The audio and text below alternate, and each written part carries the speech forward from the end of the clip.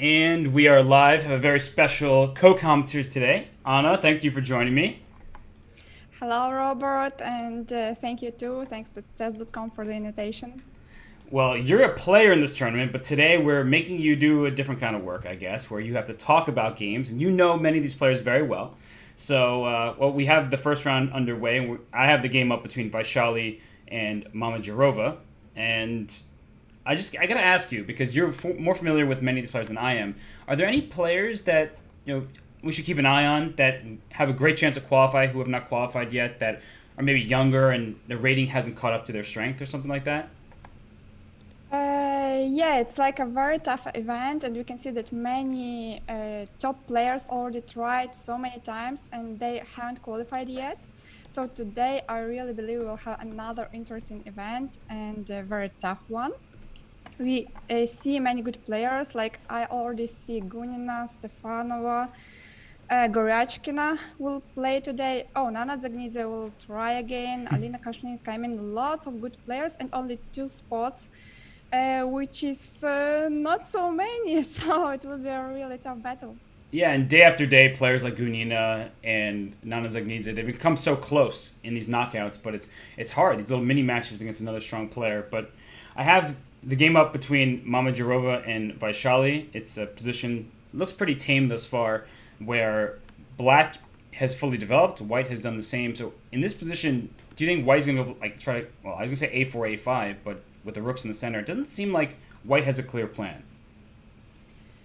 I think they should focus on somehow maintaining on the c4 square, so perhaps bishop f1 and knight c4 or something of this kind, because if Black plays c4 and occupies the space, I believe they will have a good position.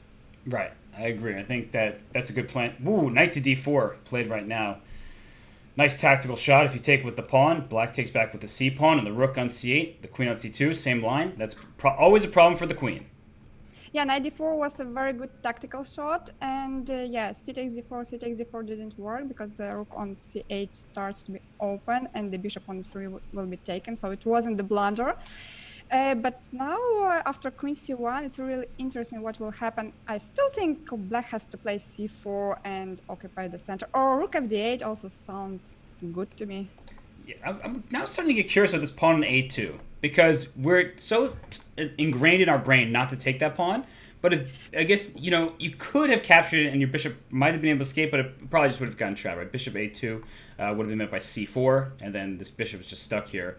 And next move b3 and queen a1, things like that. But sometimes it works, so I just want to always bring it to our attention.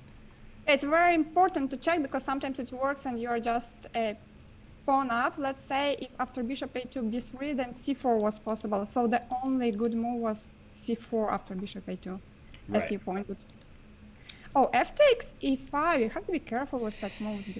Yeah, an isolated pawn. Knight h5.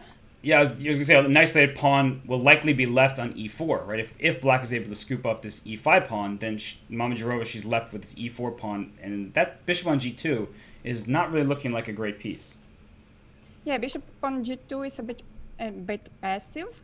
So I think here Black is under an important choice. Knight h5, maybe knight h7 was also interesting, because the difference was that after knight h7, knight f3 is still possible, yeah?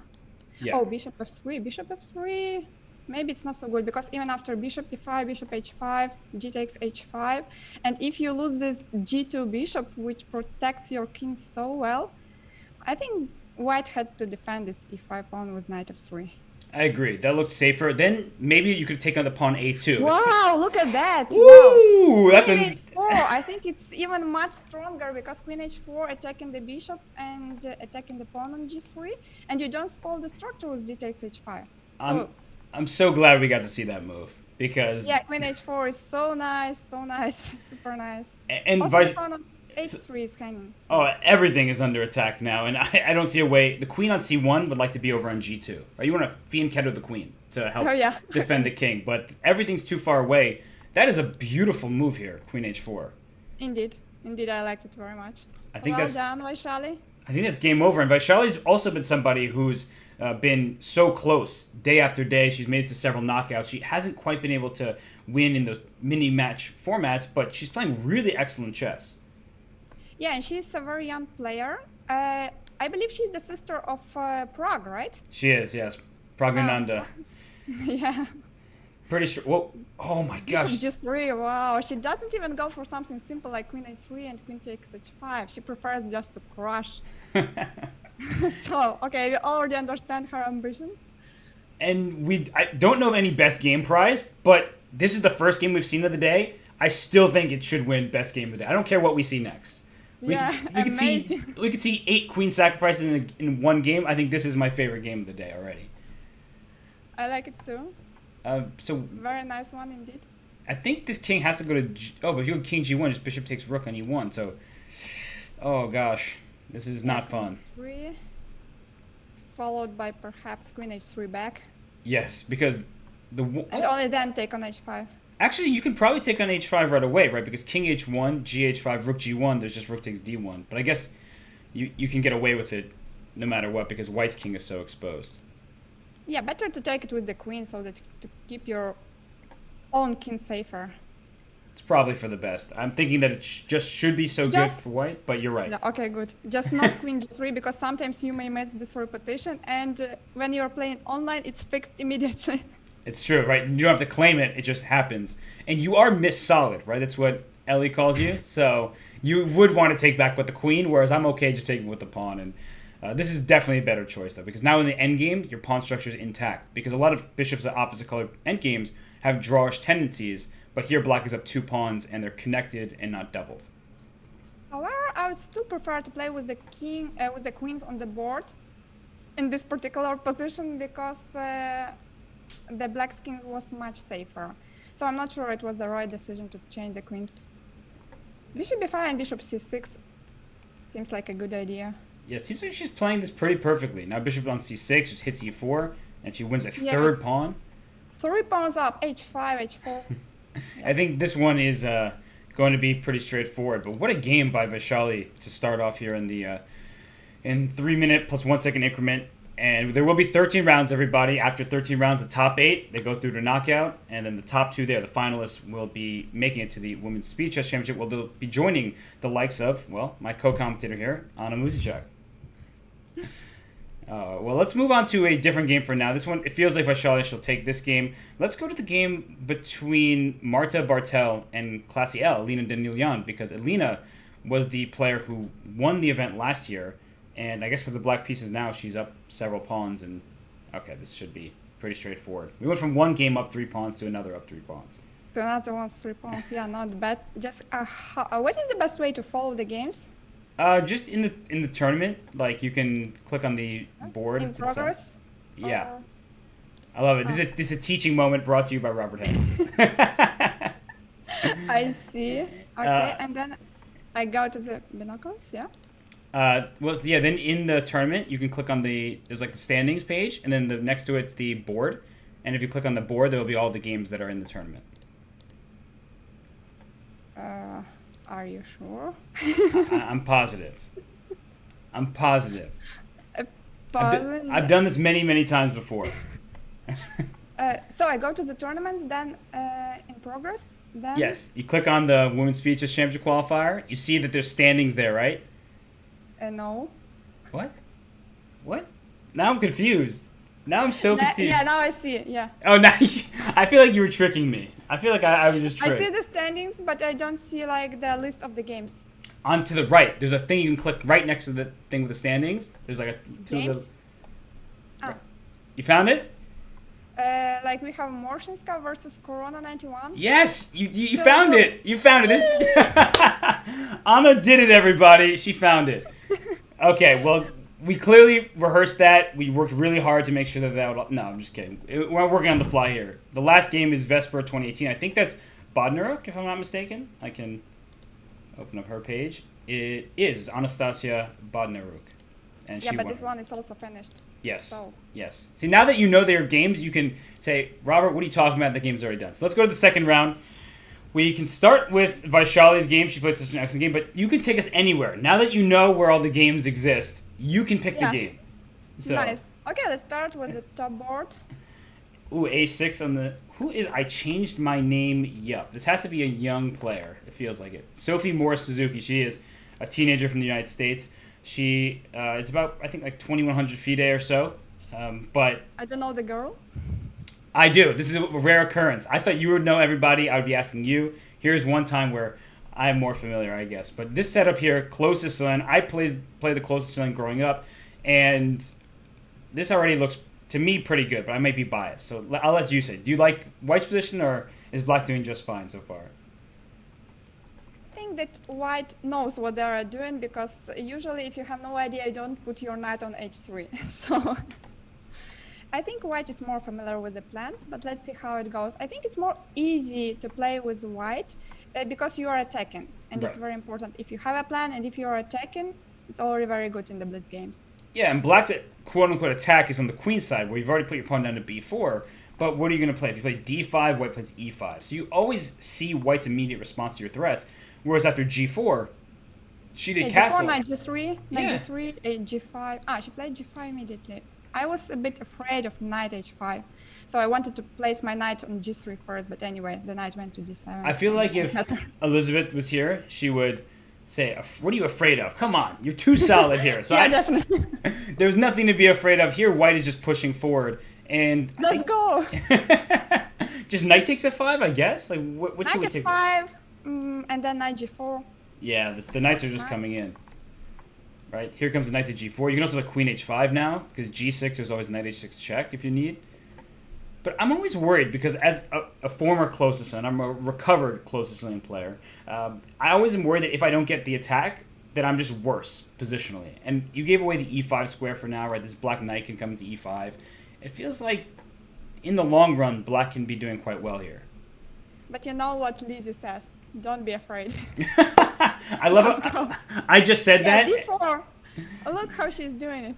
Yeah, she's going at now. The d6 pawn is a target. This bishop on g3. This knight on f. No, has to be very good for White. And actually, I don't really see how Black develops here. The knight on f2 that came from h3. That's why the knight went to h3 to come to f2 to protect everything here on e4. But you want the knight to g4, but e4 is hanging. So how does White continue? It looks very strong, but I don't know how to. h5? Is it that simple? Is chess that simple? I don't know, just a suggestion. Maybe it's not good. I think you've changed. You've changed into super solid into now aggressive. I like h4, h5. No, but it's already solid. So when everything's under the control, you can try to attack to make it more interesting. Gotcha. Well, I'm learning about your playing style as we commentate together, because my commentary style is actually just I sacrifice everybody's pieces, and sometimes it works, and I look kind of smart. But then other times it doesn't work at all. But I'd say, hey, not my pieces. So if I were playing, I wouldn't do this. But they're not my pieces, so whatever. So h4, here comes h5. Now, this looks really good. This looks really good. You can't even play knight e7 for Black because the d6 pawn is hanging. So no, right. Is that knight going to h8? Okay, but Black needs some counterplay, and it's really difficult to do something. That's a good move, I would say, though. Knight b8. That way, when h5 happens, you play knight e7. So at least you can retreat. And so maybe rook a e1, just bring one more piece. I like it. You're not committing to h5 in case you need this pawn g5 protected later in the game, so just rook a e1. That looks good to me. No, in fact, I had a very long plan, but maybe it's not working. Like, put your rook on e1, then play knight g4, and after h5, knight e7, then maybe some sacrifices on g7 or...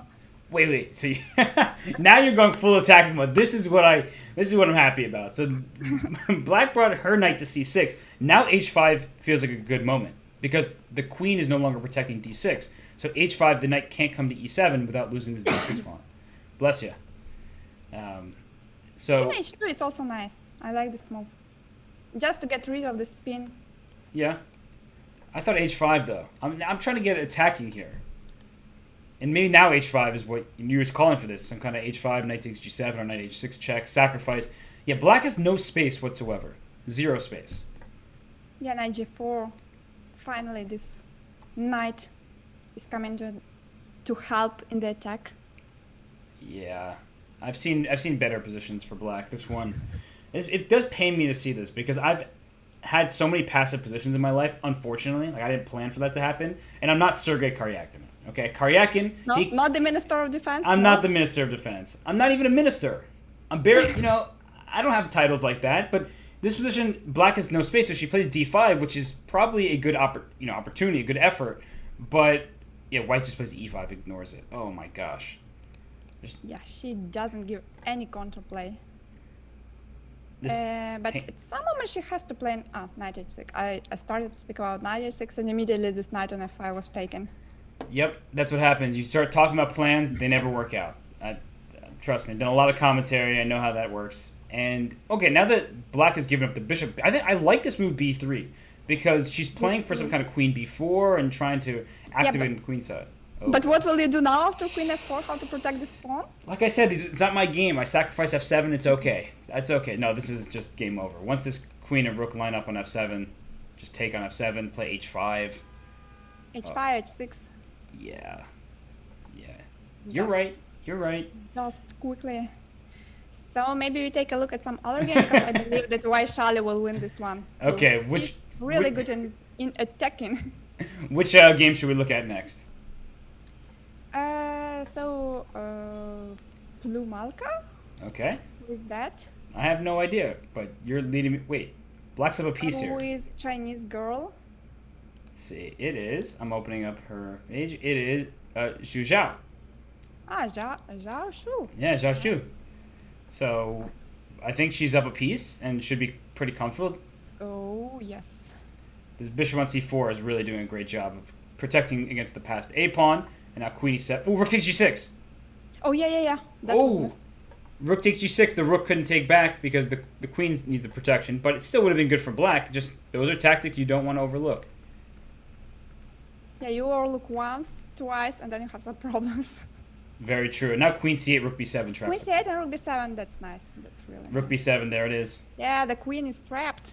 Maybe h5 and somehow try to claim that even though you lost your queen, it was a sacrifice rather than a blunder, and that you have some counterplay with a new passed pawn. Hey, here's h5. I know how to predict moves in bad positions. The moves that help. h5, yeah, I think it was like the best, but still it's... black is so much ahead.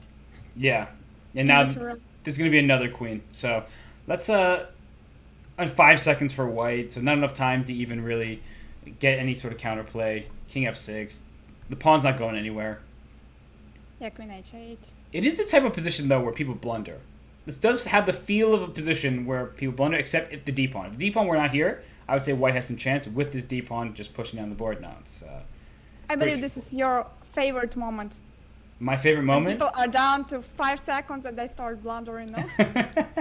Well, tomorrow's going to be bullet, so that will be especially fun. I hope you've been practicing your bullet because you're going to have to play a lot of it yourself. Oh, yeah. I am already scared. I don't have much experience. Well, you should just start practicing. And no better way than just to throw yourself into the ring and try. So I pulled up the game between LC Morningstar and Pomegranate. I believe Pomegranate is... Bela Kotanishvili. Mm-hmm. She already won. She won by time, just at the last moment there. In fact, the position is a draw, but she won by time. Yeah, definitely just king e2. Mm-hmm. It was the h pawn. But you need time to play king e2. And unfortunately, it's a blitz game, and she probably wasn't expecting the check. She was probably expecting pawn h3. But once the check happens, whatever pre-move you might have made with like king f1 or something couldn't be played. So yeah, let's check out Margarita 2907. Just a few games that are remaining. She's taking on Chess 1734. So lots of numbers in these usernames. And what's going on here? Black just up a pawn in an endgame. It looks like totally winning for black. Yeah. But 5 seconds. 5 seconds. 3, 4. You're getting nervous. I just played rook c6, rook c2. The king can't make progress. Rook c2. No, it's... Yeah. No, it doesn't look good anymore. No, unfortunately, it's c1 equals queen, and she barely got that move off. She had only 1 second when she's making her move. So I hope she's got some good bullet practice. Just take on h5. There it is, and now you can pre-move the rest of the game. King b2, a4, a3. You can just pre-move it all out. Seems like winning. There it is, it's winning. Oh, she won. So we're 2 rounds in the books, and we still have many, many, many players with perfect 2-0 scores. I see all the way up to 20... How many people have 2 points? Wow, too many. Countless. I can't count that, that's for sure. My math Okay, skills aren't but that good. it's like 200 people participating, so that's really expected. For sure. And I pulled up the game between Gunina and Solozhenkina. Gunina Solozhenkina, yeah, it's Caro-Kann. But Gunina's white. Usually when I see the Caro-Kann, I expect Gunina to have the black pieces. Yeah, definitely. She has played so many games in Caro-Kann with black. So, and she's not an e4 player. I mean, she played many games with e4 already, but usually she starts with d4 and she has much more experience with d4. Yeah. And so maybe she knows. Sometimes you play into an opening that you're familiar with. So if she knew that Solozhenkina is a Caro-Kann player, that she would go for just because she feels comfortable playing into Caro-Kann no matter which color. But this line that she played with her queen on e2, it's a very slow, solid plan. White has the bishop pair, but this bishop on f1 has no useful diagonal. So I always tell people that the Caro-Kann is much better than the French because you get rid of your bad bishop as black. And White's bishop, even though there's a bishop pair, can't do much of anything, at least not yet. Yeah, the problem is that the position is close and the center is close, so it's very difficult to make use of your bishop pair advantage. And but still, that's why I think it's confusing for newer players. You hear bishop pair advantage, but it's not always an advantage, right? There are some positions where it's not favorable. I'm saying I think White is doing very well here, but there are certain positions where the bishops don't come to life. Yeah, right. I don't like bishop h4 because I wanted to place my bishop somewhere on f4, let's say, and then have the plan of h4, h5. I think it's a typical plan. When you have the pawn on e5, you have to try to attack on the king's side, and h4, h5 looked good to me, but with the bishop on h4, it's a little bit difficult to play h4. Yeah, I don't believe you can push your pawn into your own pieces. It's not allowed. But when they create that type of chess, I'll probably be pretty good at it. And she plays g4, so she is playing for an advance on the king side, and she probably put her bishop on h4 to stop queenside castle, as the bishop was just covering the square. But I'm with you. This looks awkward for White, and now the question is, does black play g5? She does, and knight g6. This is a very thematic Caro-Kann idea, regardless of the exact position. Yeah, d4. But maybe g5 was a bit too much. Premature. Yeah. Yeah. Because now we have this like a connect. You can play h4, and now you'll have some problems with the g5 pawn.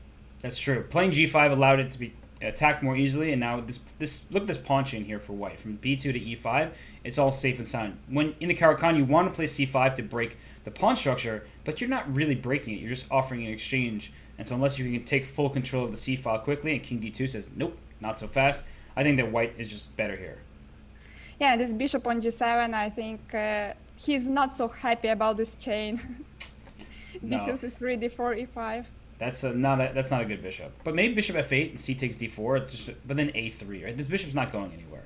And I always point this out, so I will do it here as well. A knight, when a pawn is 3 squares away from a knight, the pawn dominates the knight. This knight on d7, even after the exchange on d4, is dominated by a pawn on d4 that protects e5 and takes away the c5 square from the knight. So White has more space and is restricting black's pieces all across the board. Yeah, you should do something with your pieces with black, because the bishop on g7 is really passive and the knight on d7 is passive at the moment. But the knight on d7, you can try to put it to b6 and then to move it to c4, or the very typical plan is also to play knight b8 back and bring it to c6 where it is more active. Finally, we see h4. Finally, yeah. You've been waiting for that move. This is just good for White, because now White also has only 2 pawn islands, and pawn islands are when pawns are connected to each other in adjacent files. So you see that d4 through g4 all on adjacent files, a2 and b2. Black has an isolated h6 pawn, which isn't hard to win, but it also makes his bishop on g7 look a bit silly. So it's just a better position for White. And f4 and maybe even f5, this just is too fast. Yeah. The pawn on h6 is weak, but I was really surprised with bishop takes h4. I believe the rook takes h4 would be played, and then followed by a rook h1, rook ah1, and bishop f4, just attacking the pawn on h6. But she took bishop h4 immediately, and now it's more difficult to attack the pawn on h6, which moved to h5.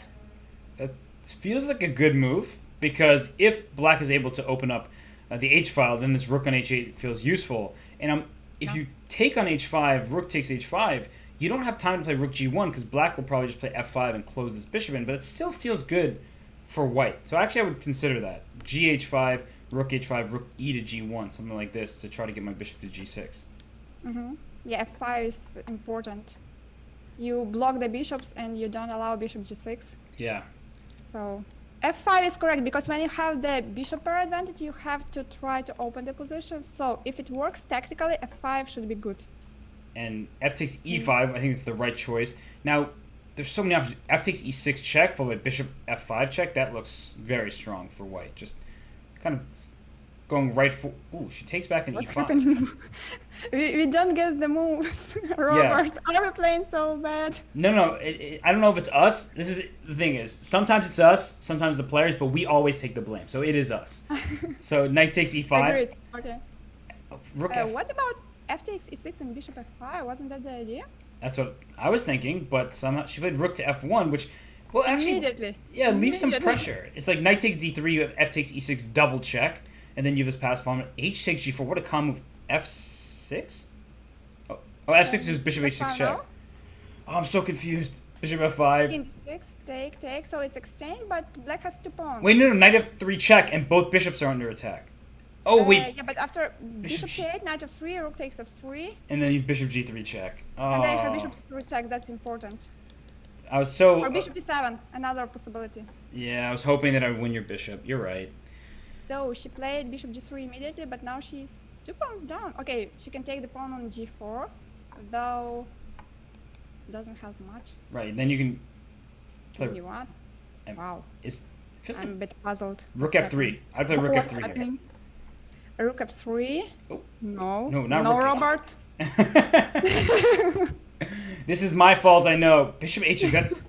But retreat the bishop to g3? What about bishop e5 and rook f6? Didn't it work? Yes. King e7. There was... Yeah, this looks good, though. Rook d7 check now. A rook takes g6. Rook b7. Also taking everything. Rook takes g7 doesn't work. Because rook takes... Take care of your bishop on g4. Okay.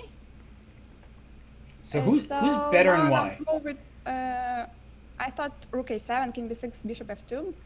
Somehow black is going to win this game. There's no no yeah, time. this knight started to jump. Yes. Bishop really takes b2. Unpleasant. Because you always miss knight forks. Not you personally. I don't want to sound like calling you out. Everybody misses knight forks. Knight. Bishop c... There's going to be like a checkmate on this king here, I feel like. Rook b1, rook b2 is a threat now. Okay, king e4. Oh! Bishop... It's a draw. It's a draw. Don't... Yeah, it's still a draw because of the wrong bishop or the wrong pawn or the wrong corner. Yes, exactly. So, wow, that was a nice tactic, though. Yeah, but still the tactics, she spotted it so quickly, rook e5 and bishop g3. This is where Gunina is really good. For some not so complicated tactics, she sees it immediately. Yeah, that was amazing, because it looked like black was about to go try to checkmate. And then rook takes e5 happened. So that means rook b8 was just a mistake. But it looked like black had some opportunity to play for win, but nice tactics. And then she's lucky, Solzhenitsyn is, because it's a draw because of the wrong color corner. All right. Do you have any games running? Well, I just pulled up the Vaishali game, but it seemed like that was over. And Vaishali lost to Nino Batsiashvili. That actually was a kind of a crush in the end there. And I don't know, what game do you see that looks interesting here? Miulu 91 versus Cecile Osorno. Okay.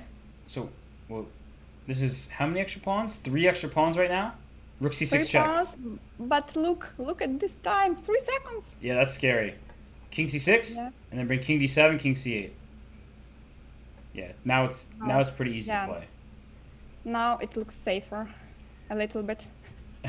A little bit, not too much though. Not too much, but a little bit, yeah. Now move the king, 100 king pre-moves.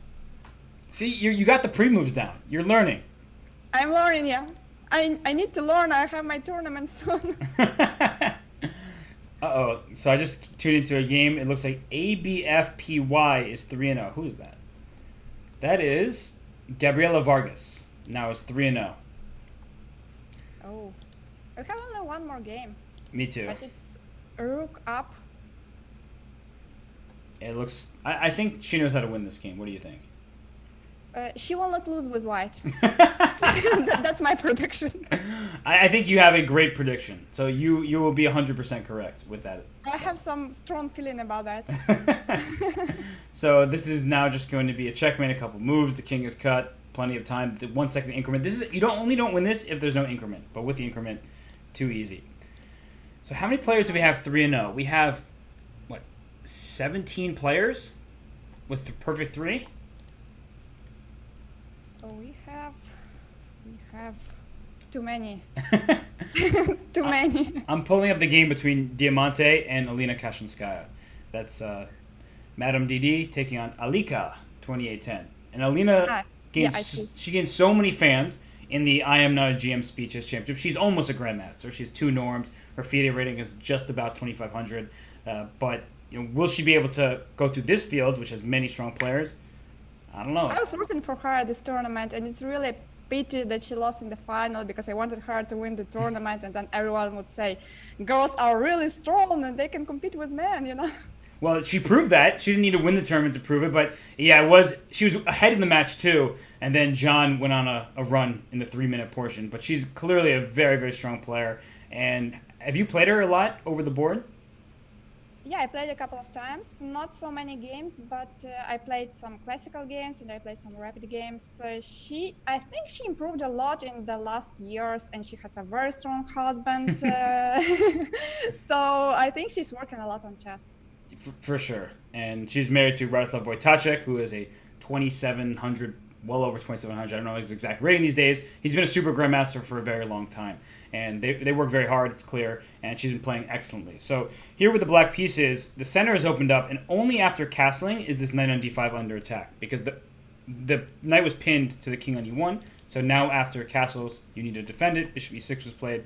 And what do you make of this position, Anna? I think it's very solid for black, but there are ideas with like bishop takes d5 and f4. I know sometimes. Yeah, do you remember the games between Dubov and who played? Nakamura? Yeah, Dubov Nakamura, where he won very quickly in the Armageddon game. Yes, where his like 20 minutes move, 20 moves game. 20 minutes move, I think would have lost him the match. Yeah, it was. He managed to win in 20 moves, and it was a very nice game where he used this idea of bishop takes d5, bishop takes d5, f4. But in that game, the king was stuck in the center. That's why with the king on e8, he had all these ideas with queen h5. So this setup is better for white, but still, I think bishop takes d5, f4 was the correct plan on the previous move. And look at look how much time Diamante is spending here, because she's down a minute 20 seconds. Better to play quickly if you can. Yeah, she went back because she realized that after knight e4, bishop e7, f5 will come at some moment, and this knight will not be like an active piece, but more likely like a target. The good thing for white, though, is the opening is so solid that even though you've just wasted a couple moves, it's not that bad. Right? It's like you played bishop e3, you can move your queen out to, say, h5 even, but the position I would prefer to have black, because white just wasted a couple moves, but I don't think it's really that big of a deal just yet. Yeah, but definitely something went wrong for white, because now I think black's position is really very comfortable, and I think they are better. f5, just some easy play, no problems at all. Right, and f4 could be a possibility to get your knight into d4, but then you have to worry about giving up the e4 square permanently. But I'm looking at f4 right now. It looks pretty interesting. Is bishop takes f4 going to be your response? I can't tell. But then you can move your queen and... Then oh, no, she didn't play that. But f4, knight d4, f3, that's my idea. Yeah, f4, knight d4, f3 looked really nice. Maybe she was afraid of bishop f4. Maybe she's taking lessons from you, being Miss Solid over here. Miss Solid, and then when everything's ready, maybe now she will play f4. F4 just has to be the move, right? f4. But there's a problem with f4, is that actually if after f4, bishop c1, knight to d4, queen e4. Oop, I just went queen takes f4. I mouse slip. Queen e4. At least I trade the queens. The e5 pawn is weak, so there is some downside, even if it looks good for black. You could take the pawn on c2. I I like the position, but I understand why she didn't play it. Especially with this big time advantage. Maybe there's no need to do anything so drastic. But when it's good, why not to make it? And it looked good. I do appreciate how matter-of-fact you are. You're like, when it's good, do it. Thank you. That's great advice. So next time I'm playing a game and there's a good move and I miss it, I'm just going to remember that Anna told me, when it's good, do it. And then maybe the next time I'll do it. I'll learn my lesson. Yeah, she spent too much time, but she didn't improve her position. She gave the bishop. Yeah, this knight on c6 can't be kicked off. That's the good thing, though. That's a pretty good knight. Like, what do you do for white here? Do you consider d4, or does that just allow blacks to play e4? I'm not sure about d4, e4. Sometimes it's good, but sometimes you just weaken the important squares like d4, e4. Then the knight may come to c4 via a5. So, and your bishop is kind of in an unpleasant position on c5. Oh, I love this move. e4 was played finally. And it takes f4, and then put your knight on e5. Yeah, d takes e4, f takes e. Oh no, it wasn't her plan. No, f4 and knight e5. She's going for the attack. Rook takes d4 doesn't work. So that was a good move, bishop d4. No, my idea was ruined, Anna. I mean, it's not really my idea. I'm just I said it out loud, but take e5. wait, this could be problematic for black now. Because it looks good for white now. Yeah, the king on h7 feels weaker. I'm sure that's what you're worried about, right? The potential weakness of the king, the passed pawn on e6. Yeah, also this pawn on e6 is very strong. So queen e3, yeah, better to trade the queens if that's possible. But obviously white doesn't want that. f3. Oh, f3 isn't a good move for sure. Just trying to trade off the queens, attack this queen on g4, threaten to shatter the pawn structure. f3 looks really strong here. Queen g6, queen f3. Wait, that's a pawn. She took it back. Rook takes c7. Oh gosh, now you have to try to win up a pawn here, but there's no breakthrough just yet. So I play a5. It's too much tense. Yeah. a5, then perhaps rook. Rook She's c6. Queen e5. Queen e5. Ooh. Ooh. Queen e5 now. So she's keeping her queen close to the king. That makes sense. Can you just trade rooks and f3? But with other rooks, it's much more difficult. Just don't play queen f1 because there was queen f5. Queen e4 here. Be tricky. Threaten queen e1 check. I think after. Is it perpetual now? Queen e6. Queen e6. Mm-hmm. And even if it's not perpetual, the queen takes b6 is probably going to give you a good chance at a future perpetual. Oh, queen e7. Queen b6 now. a4. a4 is a good move. a4. There's no check for white after a4. Queen e2. Yeah, that's also good, right? But how many checks is white about to But get? now there will be like 1 million checks. Did you count to 1 million that fast? Yeah. I can't. I couldn't do it that quickly. It will be a very long game. Yes. So king e4, and then king d3, Check. and then king c2, and then king d1, and then king e1, and then king e1 now. Queen e5. Queen e5 was check. Queen. Then king f2. We got it. No, it's winning. You tricked. It's winning. Wow, Yeah. that was pretty intense endgame there. I wasn't expecting that to happen. So let's go to Flawless Fighter. She has... Whoa, that's Polina Shuvalova. Polina Shuvalova, right? 2 pawn... Ooh, another check. And that's...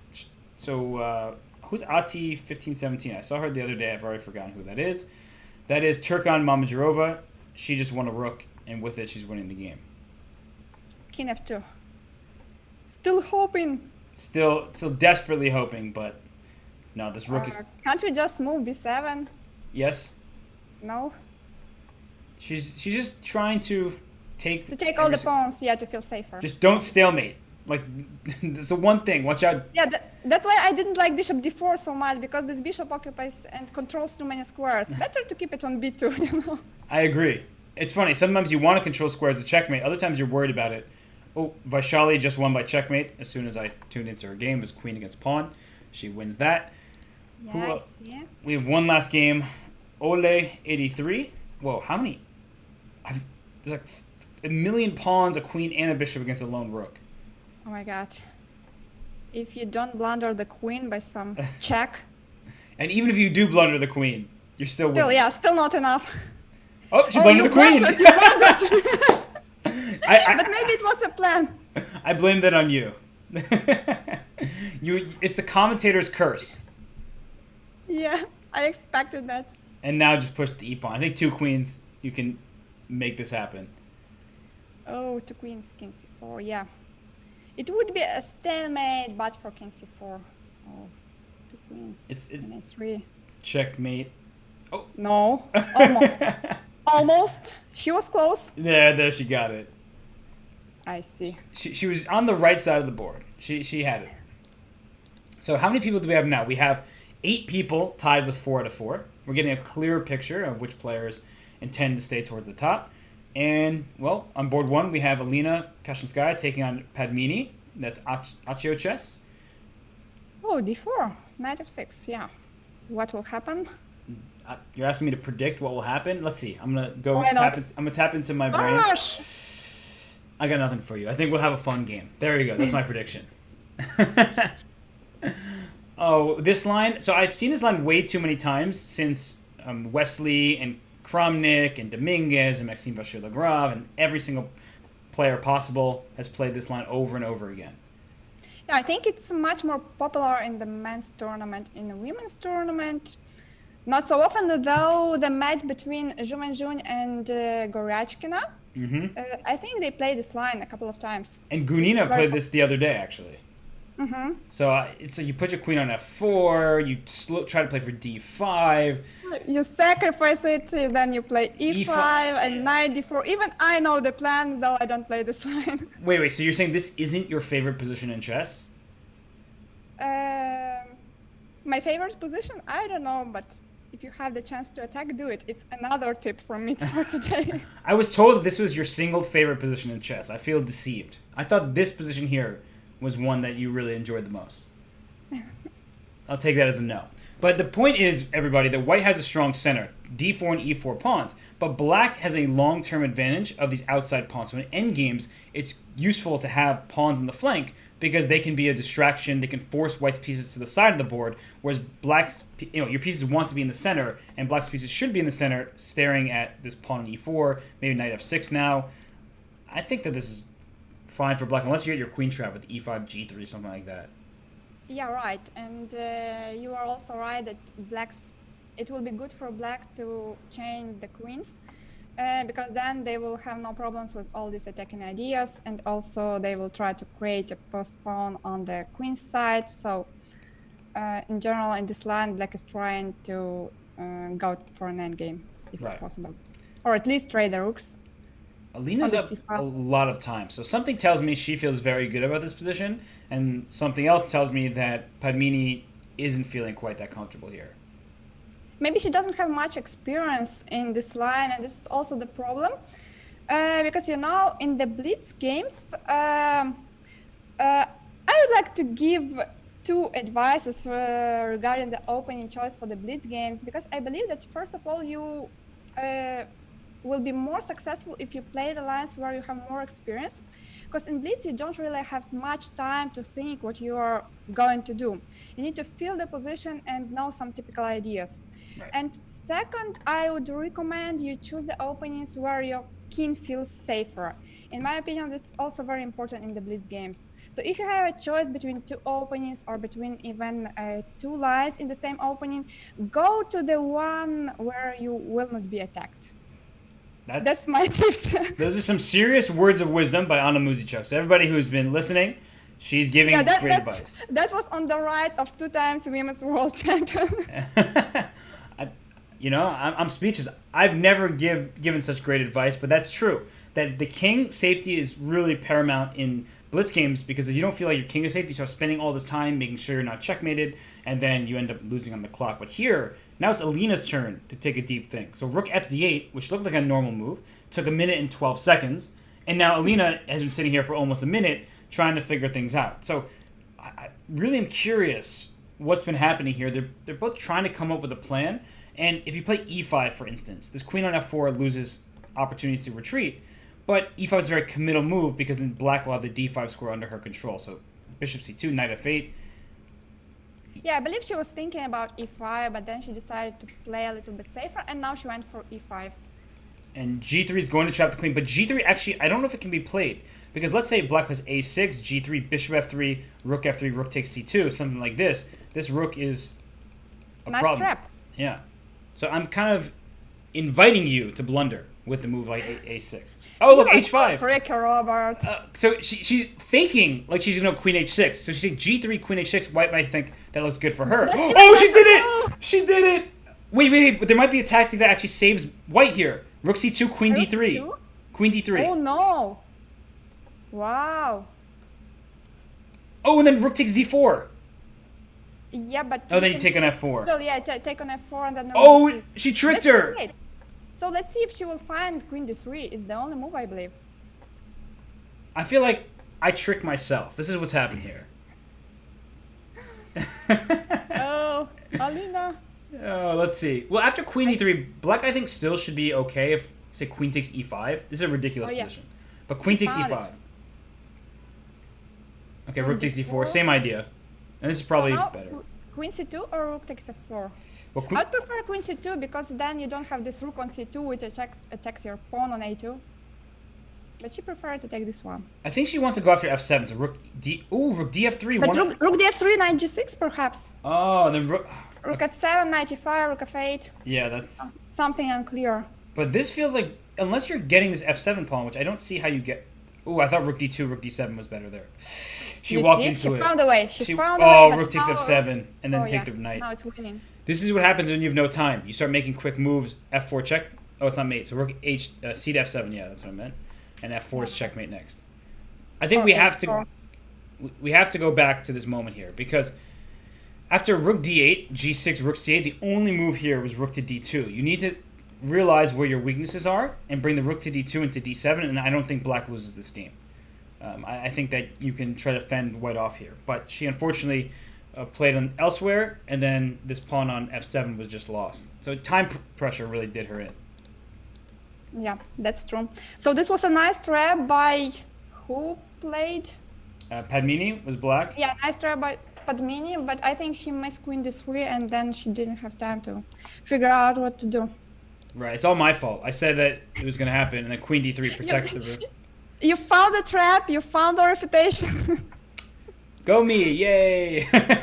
So let's go on to the game between, I see Basianai, that's Nino Batsiashvili. She's taking on Divya Deshmukh, and, well, that position is pretty tense. We have two rooks, a bishop and 5 pawns per side. The bishop on d6 is a great pawn. But it's also very good. It's defending on the pawns on e5, and it's well protected by the pawn on c7. So, and you block your rook on d5. Yeah, it's a very good pawn. Yeah. Now bishop e5 and rook e4. So why did she play rook e7 last move? That move was probably not necessary, but she ended up trading rooks. Rook takes h5, and if rook e2, that's a problem. Still, she got a nice counterplay. Yeah, black shouldn't be worse. No, she should not. No. She's 8 seconds though. That's both sides in time trouble.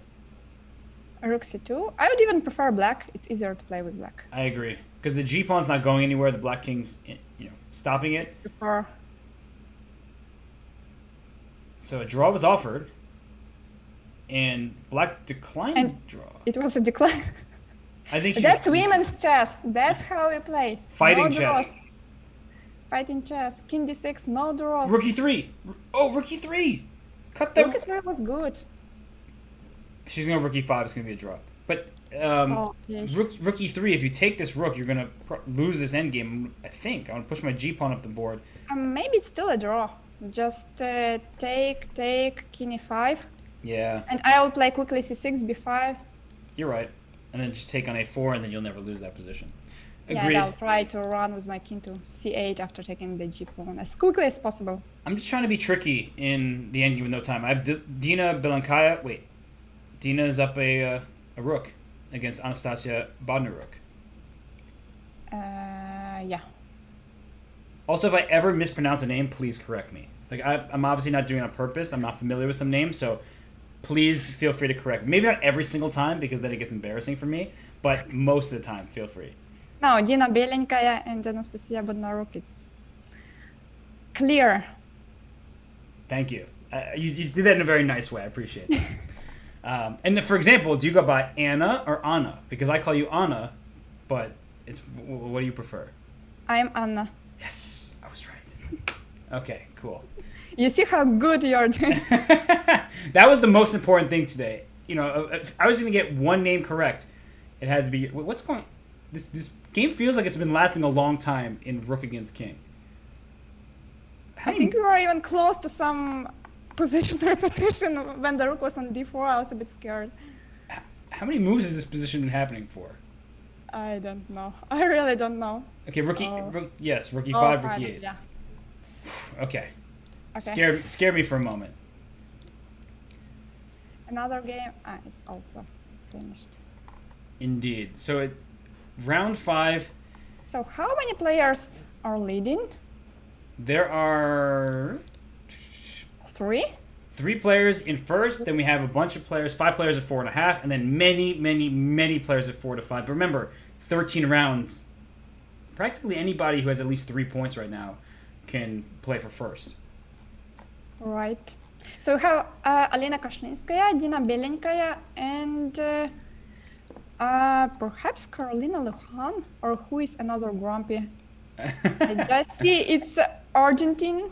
I'm grumpy sometimes. It's Ana Sargsyan. She's not from Argentina. She just plays with an Argentine flag. Maybe she likes the colors. I see.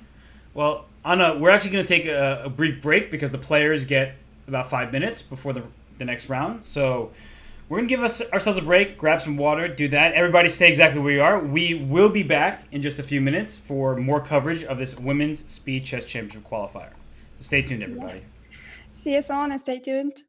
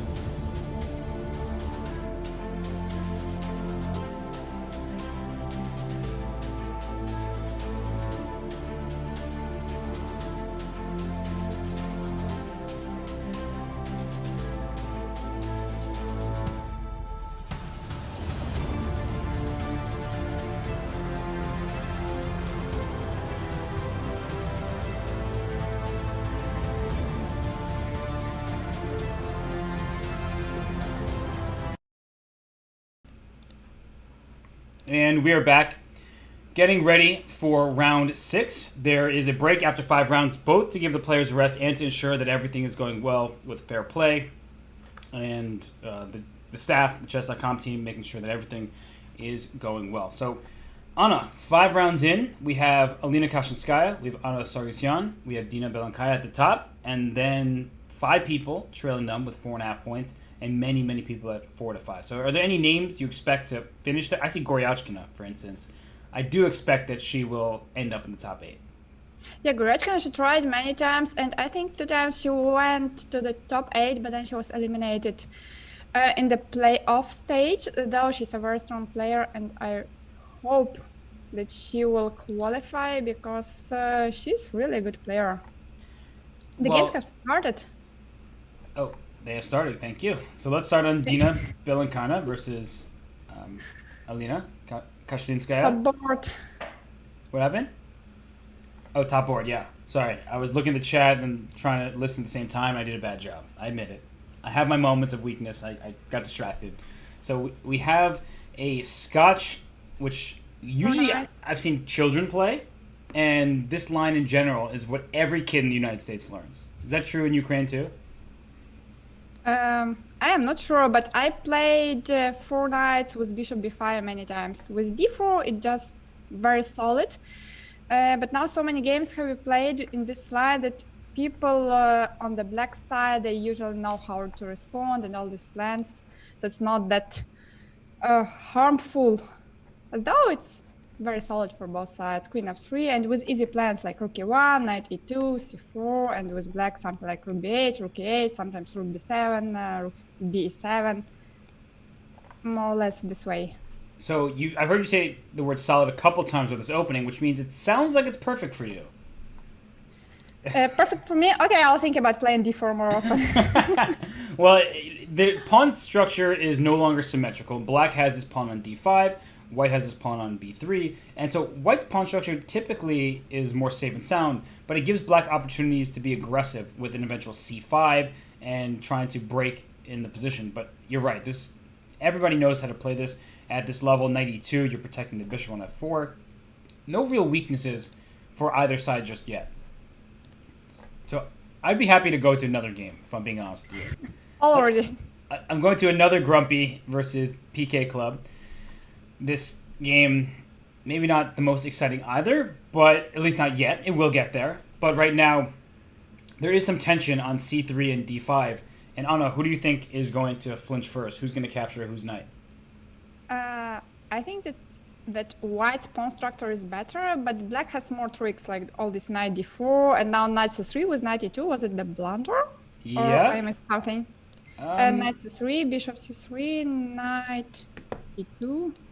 Yep. Rook e2, bishop e2, rook d8, rook d8, I think. Black is better after this combination. Well, yeah, what?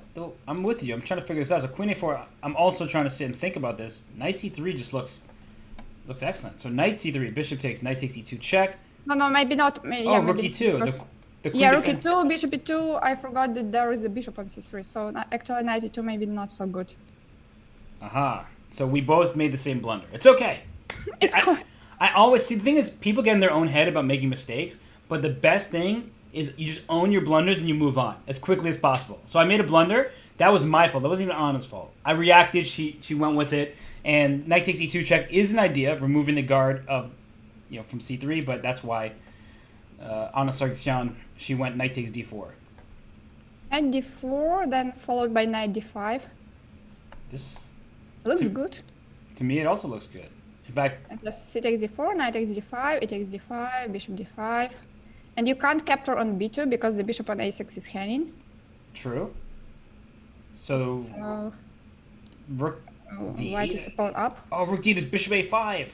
Ah! Oh, right. Can't do that. Yeah, this just looks good for white. You just have clean pawn up. So maybe some bishop b7 or bishop b5. Yeah, it's kind of a sad move to play though. Bishop b5, just queen, even a5. Here, rook e8. What's the idea behind rook e8? Just to move the bishop from e7 and then kind of attack, kind of put in more pressure into the e2 pawn.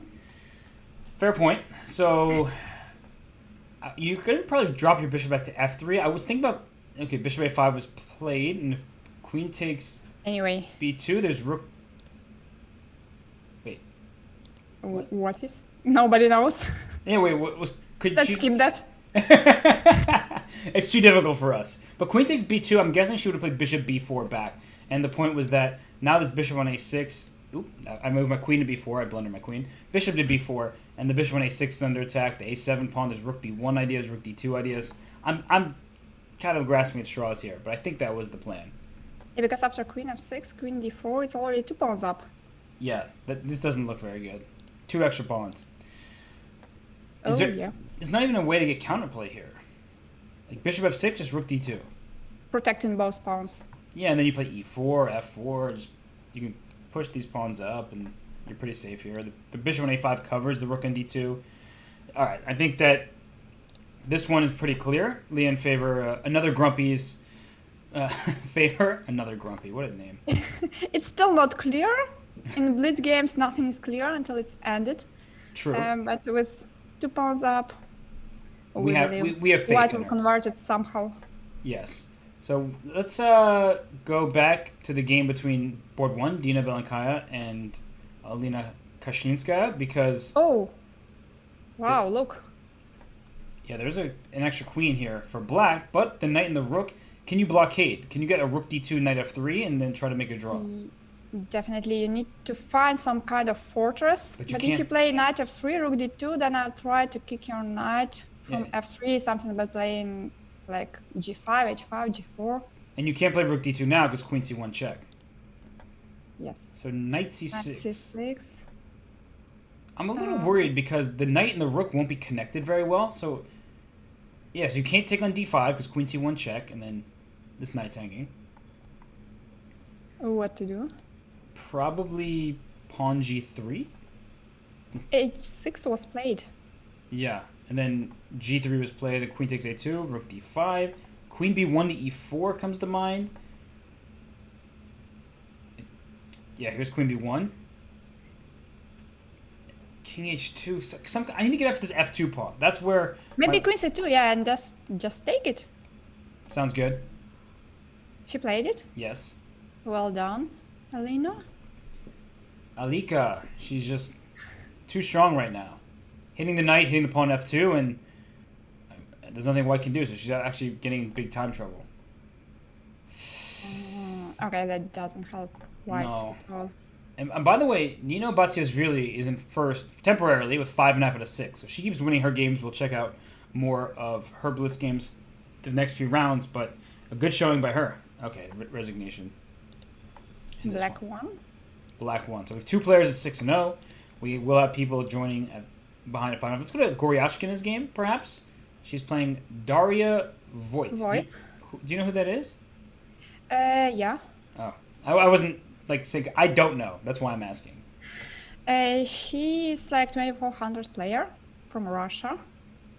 So, which means she's very strong. Anytime I hear from Russia, I'm like, okay, now that's some good class. Russian school. Exactly. Oh no! Wait, but King B7 trap. B7. Oh my gosh! The rook could be trapped. The rook was trapped. Missed opportunity there. Oh my gosh! And instead, we have a position where now White has this extra pawn on d5, and Goryachkina is in big time trouble. Both players are. So bishop d4, I think that's a good move. f4. I would play on the last seconds. It's very difficult. I feel like you're nervous for the players right now. I'm not playing it. I'm nervous. Can you imagine how the players are nervous? You will be playing soon enough. Oh, f6. I don't like this move. Oh, g5. Then, yeah. King d6 to king e6. Ooh, king e6, king e6 was good. Ooh. No, but now it's a draw. Uh-oh. Wait a second. She's getting herself... This is not going to be so easy now. Why didn't she play rook g6? d6 check. But there's no d7. No, but now it's winning. Yep, d7 and d8. But how didn't she play rook g6? You're asking the wrong person. I'm here just I mean, it's just the Philidor position. Just rook g6, and then after d6 you go rook g1 and you start giving the checks from the backside. I'm going back to when black went g5 because actually I think there was some mischances for hg5, fg5, so I'm going to king d6 first. That way you threaten king e6 and rook a8 checkmate is the idea. Right. So that was going to be good for white, but what happened in the game was a definite draw. And as we go to, as you were saying, the Philidor position, here, she brought her rook down, where she should have just went take and rook g6, and that if d6, you play rook to g1, and you give the checks from behind, so the king can never threaten the checkmate, and black holds easily. Yeah. So I'm a bit surprised. we all make mistakes in blitz. That's what we're learning. In the last game there, I pulled up the game between Marie Sebag and I don't know who her opponent is. Elegant 285. The game was a draw. I don't have any games running. Well, now it's round 7, so we're moving on to the next round. We have Alika taking on Grumpy. They are both on 6 out of 6, yeah? Yes. 2 leaders. Yes, the 2 players at 6 out of 6. Then we have 2 players at 5.5. We have Nino Batsiashvili and Turkan Mamajirova at 5.5, and then many players at 5, and then many more at 4.5. The fact that Black Anna Sargsyan has one of the dwarves from Snow White and as their avatar is pretty funny, and f6. So some players, aka Ben Feingold, will say never play f6, but here you play f6 to kick this bishop, and that way you can develop your pieces more easily without necessarily compromising your pawn structure entirely. But I don't know, what do you make of this opening choice by both players? Bishop g5 is not the main position, I believe, but f6, yeah, it looks a bit strange at first glance, but after f6 you get the tempo and then you play knight c6 e5 as she did. You occupy the center. Woo. And I bless you. Thank you. So I was sneezing on the it's truth. okay. I was sneezing on exactly what you were saying. It was the truth. So, whew. Yeah, bishop b5 and bishop d6, just keeping your center, and then knight e7 castle. It's like a good development. Do you throw in queen h5 check at some point for white to provoke a move like g6? Maybe, but where do you go with the queen after that? Yeah, I was going to retreat and then just claim that you pushed a pawn in front of your king, so that might be a weakness. But you're right. There's no real follow-up. It was just, I was trying to get the conceptual idea down. So instead, knight e2 castles kingside, both sides castle. Suddenly it looks totally fine for black. King h8. Why not bishop e6? Something simpler. Just prophylaxis.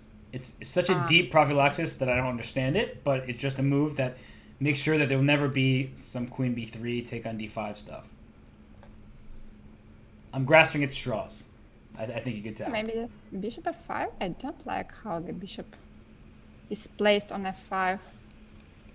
Maybe then bishop back to g6 now. Right. Bishop e1 is nice. You're attacking the pawn on d5. What about taking on e5 now? I think neither side wants to budge. Queen b6 is definitely a good move. You're putting pressure on d4, the bishop on b5. Behind the bishop is the pawn on b2. And it feels like there's about to be some tactics here. h1. Maybe just queen d2. So you're just playing safe and sound? I mean, it makes sense. Queen d2. I'm just trying to figure out a plan. What's a plan for either side here? Is black going to take on d4 at some moment? Is she going to move her knight away from from c6? I'm saying knight a5. Because then you threaten rook takes c3, right? If the knight's out the way. I think you're asking the wrong person. What's the plan? I would think about some plan, something like knight a5 and knight c4. And what else? And for white, I would sometimes consider d takes e5. Because then the pawn on d5 is hanging sometimes. Right. And after bishop d3, it looks like Anna... Well, not you. Anna Sargsyan is thinking, do I take on d3? Do I leave the pieces here? The b2 pawn, can I capture that one? That's always a tough choice, because if you take it, there may be rook to b1 takes b7, but I don't know. I'm always tempted. I'm always tempted to just take the pawn. Or do you take on d4 and then start trading on g3? She took on d3 and knight to b4. So why knight to b4? Knight b4 I don't like, because knight on b4 is not stable. It can be kicked by a3 at any moment, and also it looks a little bit strange. Yeah, it doesn't have actually any aggressive purpose. Now knight f5 makes sense for sure, but a3 now the d5 pawn is not protected. Yeah, she left this pawn without any attention. So I think Just, h takes g3 back. I would take with h pawn because I prefer to control my d4 pawn. Yeah, e takes d4 now for sure. For sure, e takes d4. And actually, you protect d5 with bishop takes g3. Now it's okay for black again. Yes, I think Alina had to take with the pawn if she was playing for more. But now that this capture on d4 has happened, is she going to take on b4? And then take back on c3 with the pawn? That looks a little shaky, though. I don't believe in that. Then we take on g3. Yeah, that doesn't look good for white. And Maybe not as bad. it doesn't. I don't like it though. A takes b4, dc3, bc3, bishop g3, hc3. I take this 3. It feels strange. The e3 pawn, the c3 pawn, both are targets, but maybe you're right. It's not that bad. But we're seeing this happen, so. I think it was easier to play if you trade more pieces because she is losing on time now. Okay, not like losing, but she has only 38 seconds while black has 50, more than 50. So if you trade more pieces, it's easier to play. Right, and she's. I think I would have played 8x before if I was on Alina's place. So now we've seen mass exchanges. It looks like both sides are fighting for the C file. There is a discussion in the chat about which of the 7 dwarves I would be. Someone's called me Sneezy. Someone called me Doc. Okay, cool. Grumpy is Anna Sargsyan. Wait. Oh, that was a nice tactic. There was a nice tactic with knight e2. But the knight on g3 is a bit... what about rook c1 now? Oh my gosh. Rook c1 is so nice. You trade off the rooks. Yeah, just to make my knight more active. Maybe it was still a draw because white's pieces were quite active. I mean, the king and the knight. She might go for some kind of checkmate with h4, rook c1. The king will escape out. Oh, to nicely. e4. Yeah, right. But the king can still go to e3. It's too slow. Not yet. So rook takes b7. Rook takes b7. Rook c1 check, and then rook c2 check. I think she'll play. Maybe I have to go back to g1. Because no, if I give this pawn, it will run. Oh gosh, she's trying to go knight g6 check and take on h4, but then the knight might get trapped out on h4. Oh, knight f1 check. Then rook g3 and h3. Oh gosh. So rook takes a7, rook e5, rook. Oh, then we need to watch it for knight g6 though. So king h7 is probably a smart move. And here comes the ambulance for. This game is really interesting. Yeah. Rook e3 rook now. E3 and rook f3 and knight e6. Oh, knight e6. Hitting for Rook g7. g3. So a5, then h3. h3. That pawn's too h6. fast. h2. Yeah, you can't stop it. Can't stop it at all. And yeah, it was good for white to sacrifice this knight. White to e6. Why not to that side, another side? There was knight c4, knight d6 was checkmate with the rook and e4. Ah. She needed to go. Oh gosh, wait, this is starting to be not so clear. Rook g7, king f5. a7. King somewhere. They play rook b5, and then so rook b7 and try to go rook b5. Okay, fork, but the king moves away. Rook b7. Oh, she's trying to stay away from the pawns. So b5, b6, b7 can be played. b6. Rook h5 check was missed. She had rook h5. Yeah. No, but rook h5 didn't help so much. Yeah, rook c5 now b7. This helps. She wins on time. She wins on time. Wow. She was threatening the queen. Oh my gosh, that was intense. Anna, I didn't know what to make of that position. You're just sitting there like, what can I say? What can I say? Let's go to another game. We have Julent. Sorry, where you? Versus Bodnaruk. Yep. Bodnaruk is winning. Oh, those pawns. Now we see pawns running again. G2, H2. She did the wrong move order because now those pawns aren't as easy to push. Yeah, G2 wasn't precise. It's not so technically wise. But look at that rook on g1. It's imprisoned. That's Alright. that's probably the worst rook I've ever seen. Rook e8, f5, and now this pawn is Rook e8 was very nice, just, you know, to keep the rook safer and then run the pawn. Yeah, that pawn just went all the way down to f2. Nice. I mean, nice conclusion there, for sure. The logical one.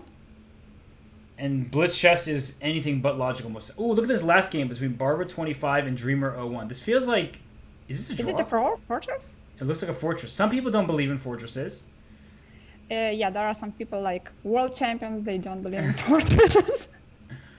Let's see, is there any way for the bishop to take all the squares? So the knight on f3 has e5, g5, h4, d4. No, there's no way. No way. I believe it's a draw, even though computers will climb, it's like minus a lot. It's a draw for sure. But I think black has... there is no way they can progress. It evidences why knights can be better than bishops. Because the knight can go from color to color. Like the knight can go to f3 and the bishop can never attack it because the bishop has to stay on its color. This is a very good... this is an instructive moment for people who are like just learning the game to see how you cannot possibly kick this knight out from f3. Yeah, it's just jumping where it can. 92. How many moves until the 50 move rule? I don't know when they started. It's just I'm watching the same position over and over again. Let's check. This feels like punishment. And no one can start, yeah? Yeah, no one can start. Nope. Until the last game is over. This is, I feel like, if I got in trouble, this would be my punishment, watching this position. Because they're not... Can anyone offer a draw? Nobody's offering a draw here, Anna. That's not how this works. Oh, wait. I feel like... No, nothing's happening, don't worry. You didn't miss anything. Thank you. I appreciate you filling me in. I went to refill my popcorn, and they're telling me I'm not missing anything. The knight is g1 always. Knight back out. Oh, what a fascinating game. Hey! Hey! It's a Finally draw. draw. So we have just one person. Alina is up at 7 out of 7, and then there are people trailing with 6, and many at 5.5. So let's stick with Alina for now. She gets the black pieces against Badnaruk. Badnaruk versus Alina. So I'm sure these two have played each other many, many, many times. Yeah, they are more or less of the same age. So definitely they played many times. Bishop c4 to avoid the Petrov. And the Petrov or the Russian defense, you know, when you're right. a matchup between two Russian players, we can't have that. Because then the opening has to pick a side, and that's not allowed. And Bishop d6 protecting They are yourself. still in the theory. I don't know about Queen e2. It looks very solid. Maybe it's still a theory. Right now, it's hard to see how either side makes a breakthrough, but there are maybe some positions where white even considers like c4. I know it looks really risky strategically, but if I take on d5 and play for c4, maybe I can break open the position, but I don't really see that happening. So No, usually white doesn't go for c4 because in the worst case, black can play d4, so e takes d5 is the right plan. She's stealing a pawn. But somehow she's solid in the center. She was solid in the center. Queen b6 here. I think queen b6 you have to play because this pawn d5 is not protected as the knight on f6 is pinned. Knight c5 and bishop f5 was also very good. Ooh. So what about rook d1 or what to play? But rook d1, it still can be taken on d3 and then to push e4. So knight c5 and bishop f5 was amazing. Yeah, that's actually take your first and then play e4 and you fork the queen to knight. That's really nice. Whoa. So maybe she missed it, but maybe she didn't. Maybe it was her plan to play knight c5 and bishop f5 because she did it very quickly. And knight e1, that's a better move. But now white's pieces are really stuck. Yeah, there is definitely a very good compensation. Maybe now to push e4. e4 I'm not so sure because white can go d4. So maybe h6. h6, just saying. h6, and I'll force white to take on f6 because if they go bishop h4, then I'll play g5 and take the pawn on d5. Right. But after bishop f6, queen f6, black gets the bishop pair and it's an open position, so it's like Queen- a very good position. Queen g6, yeah, for sure. Putting more pressure on the g3 pawn. Yeah, there is clear nice. compensation here. Ooh, e4. e4. Maybe she's listening our stream because I proposed d4 before. d4, knight d3. Yeah, that's what I was kind of concerned about is d4, knight d3, and now b2 is under attack, and very importantly, the knight's trying to come to f4. Right, knight d3 threatens knight f4 with an attack. Also, maybe we have to point what happens if black takes on a4. Then I think white will take on c6, and there is the idea to take on f7 after that. Right. And after it takes, rook takes a4, and now white is up a pawn, and black's pawn structure is in shambles. Very, very tough position. But so I'd prefer a knight d3. Yeah, free pawns are not always free. Oh. I would prefer knight d3, but Alina. She says she doesn't care what you think. Thank you. What about bishop of 7? Bishop of 7 looks right. To do? Now, Alina, prove you're right. Well, the two bishops are very strong here, and bishop h3 isn't even a threat. That's annoying because the knight's on e1, protecting the g2 square. So, what is black's idea? To play bishop g4 and bishop f3. But the knight covers f3 from d2. So bishop g4, queen e3. Just it feels like there should be something. Ooh, e3, bishop d3. She found something. Yeah, I saw that, but I wasn't sure it's so good. Right, because bishop d3 is these queen f3. knights are really well placed. You win the exchange, though you gave a pawn. Maybe queen g4 here, potentially? Maybe queen f3. Queen f3, I was thinking rook f8 because I can't take on c6 because bishop h2 check. Okay, queen g4 now.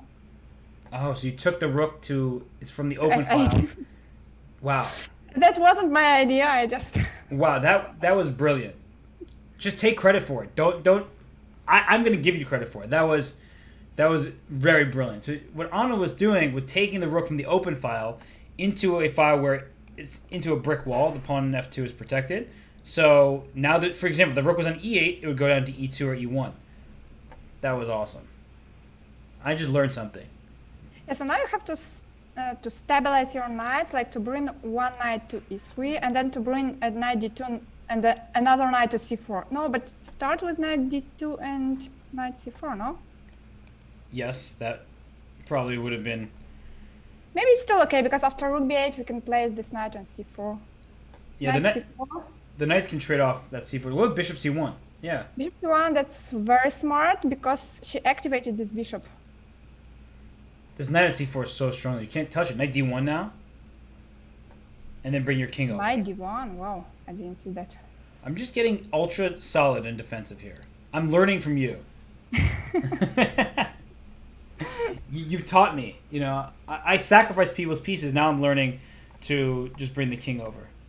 Rook d8, this is with the idea to play c5 and that there is no d5, but she had to give a pawn for that. What about rook e8? Rook e8. Oh, wait, what? Oh, rook a8 now, and you can't bring this knight to c4 because rook b1's checkmate. Good. So, with the rooks, it's really necessary to open the files, and Alina understood it very well. She was trying to break with c5, and now she found a nice combination with giving the a5 pawn. And it's very important for Alina that she still has a c6 pawn. Because if there are only pawns on the king side, then it would be easy for white to just make a draw because the knight just comes close. But knights are bad at rook c1. Knights are bad at playing on both sides of the board. The pawn on c3 d5, d5, maybe? No, then rook takes c3. d5, yeah, rook c3. Okay, this is not going to be easy for white. It's going to be very... Oh, now d5 check. Oh, then there's rook c4 at the end. I'm blundering everything. Help me stop blunder. I don't want to blunder anymore. Rook c1 now, h4. I was just showing my Rook blunder. g1. Now whites should try to trade as many pawns as possible. What about g5 now? g5 may run into rook h1. King d3. Rook h1 now? No, but why? Why did she play c5? Yeah, why did you trade that pawn? I don't know. There was like a target on d4 where the king always had to take care of this pawn, and then with the rooks you can attack like on d4 and on h4, but now it's very easy. Yeah, and now, because rook against knight is a known theoretical draw. The player's f6 check. Even f6 now. Yeah. No. So Alina wants to keep the pawns on for more time. So Anastasia, she should have probably played f6 when she had a chance. But still, this position should just be a draw. King f4. g6. Anastasia is trying to do it in an active way. Knight f4 and knight e6. Maybe she's trying to win this game as well. No. Watch out, though. Rook e1, and then king e7, king f6. You have to be careful. Knight e6. I always have knight e6. Yeah, you do. You're right. Anastasia doesn't want to play knight e6, but now she's forced to play knight e6. And now there's nothing that black can do. The king is cut off, so only the rook can move. And if your rook goes to f2, the king goes to e5, right? Very straightforward. Just keep your king closer to the pawns. Maybe king f4 was kind of safer, although all the moves lead to a draw. This is true. Anyone else playing? Oh, it's a draw. At long last, it's a draw. Let's go to... Oh, I just tuned into Nina Batsiasvili. She is about to win. She is up a queen. What about Antonetta Stefanova? Let's go there. Where is... She's winning with king g4 and yeah, king g3. King g2 she's next. Winning. She beats Irina Bumaga, very strong Romanian international master. And now a queen. Yeah, Antonetta was quite unlucky. She lost 2 times in the Armageddon games, right? Yes. In the playoffs. That's and moreover, in the first Armageddon game, she was winning. So it's really a pity when you are totally winning, but you run out of time. Yeah, and yesterday against Olga Giria, right? She was up 14 seconds or something like that, but then Olga flagged her. So yeah, these things happen. I'm looking at this game between Gone Lady and Corona 91, and there are so many minor pieces. What do you think about Corona 91? How do you like the sneak? You know, it's not the most uplifting of nicknames. Uh-oh, king takes f6. So white was probably just winning, and now white's not winning anymore. I thought about the same. I definitely had the same thought when I saw the pawn on f6. I thought white might be winning before, but now it's a draw. And, well, white can still win this, I would say, because knights are very tricky. But this should not be a win, that's for sure. Let's see. Is there going to be a knight fork? I'm trying to look out for knight forks. So they will not end this game soon. Never. This game is never. No, knight b7, it will not be played. I told you it will not be played. Bishop f4. Bishop f4. Okay, they're going to make a draw Knight soon. f4. Just take on e3 twice, and then we make a draw. Rook takes e3. Oh no, bishop takes h3. This game's gone forever. This game's gone. Yeah, it's still a draw, but we all have to wait longer. Oh no. No, they did this on purpose. No. Why don't you like it? Why don't I like it? Okay, it's okay. We will enjoy this game. Okay. Maybe there will be some fork. Who knows? Well, since you enjoy it so much, I'm gonna sit back, relax, and you can commentate on. 94. Maybe King 7 was a primo. No. Oh, I see what you're looking. See, now you're getting into the blitz commentary mode. I appreciate that. But you always 93. Thank you, Robert. Thank you. Knight e3. Yeah. Don't play bishop h2. Okay. Bishop g3. And no bishop b6. Would this be easier to try to play for a win if you're the same colored bishop, or is opposite colored bishops better? It's a draw either way. I think the opposite color bishop better. Okay. Because then you can occupy more spaces with the bishop. Don't play bishop h2, and don't play king e7 next. I'm like looking out for the squares now. Watch out the squares. Just like bring the knight to e3, and then don't play king f6. No. It's actually good to recognize that a king on a diagonal from a knight, like here, it's on 2 diagonal squares away. The knight takes a long time to give that king a check. So that's what we're seeing here. And you just keep the king and bishop close together. Knight b4. I would play knight b4, hoping for king e7. Oh, knight e7! Oh, yeah! No! I know, let's see. Will she mate? Oh my gosh. Anna, you knew this was gonna happen. I knew that would happen. Oh my gosh. I really felt that would happen. Oh my, king e6. Oh, we're gonna. I love showing this. I'm not even kidding. I love showing knight and Yeah, bishop. it's the wrong corner now. Knight f7. Bishop moves. Bishop g6 or bishop somewhere, and we have to force. Oh. No, there, because after king f8 we have to play bishop h7. Knight e5. She actually is getting away with it, but king h7 could have been played instead. Yeah, knight d7 no. Wait, Oh. maybe she doesn't know this. It's possible. Wow. Where's... Let's just watch it. So you need to bring the knight to c7. Knight. Okay, knight e5. Uh-oh. Oh. Nobody knows. I don't think. Nope. No, I think. Knight d3. Knight d3. Keep the king away. Okay, good. King e6. Okay. Now I'm getting more confidence in her. Yeah. King d6. Good. Getting closer. She's taking away the squares. Does king c6 or no? Why not king c6? Good question. King c6 now. Okay. Oh! Don't play bishop e5. No. Okay. Oh no, the king's gonna escape again. No, the king is going there. I think she will not win. She lost in time. No, she didn't lose. But she drew on time. Oh my God! What again? Wow. Wow. No words. Anna, did you see how many moves this game was? No. 173 moves. 173. Wow. Yes. Have you ever played such a long game in your life?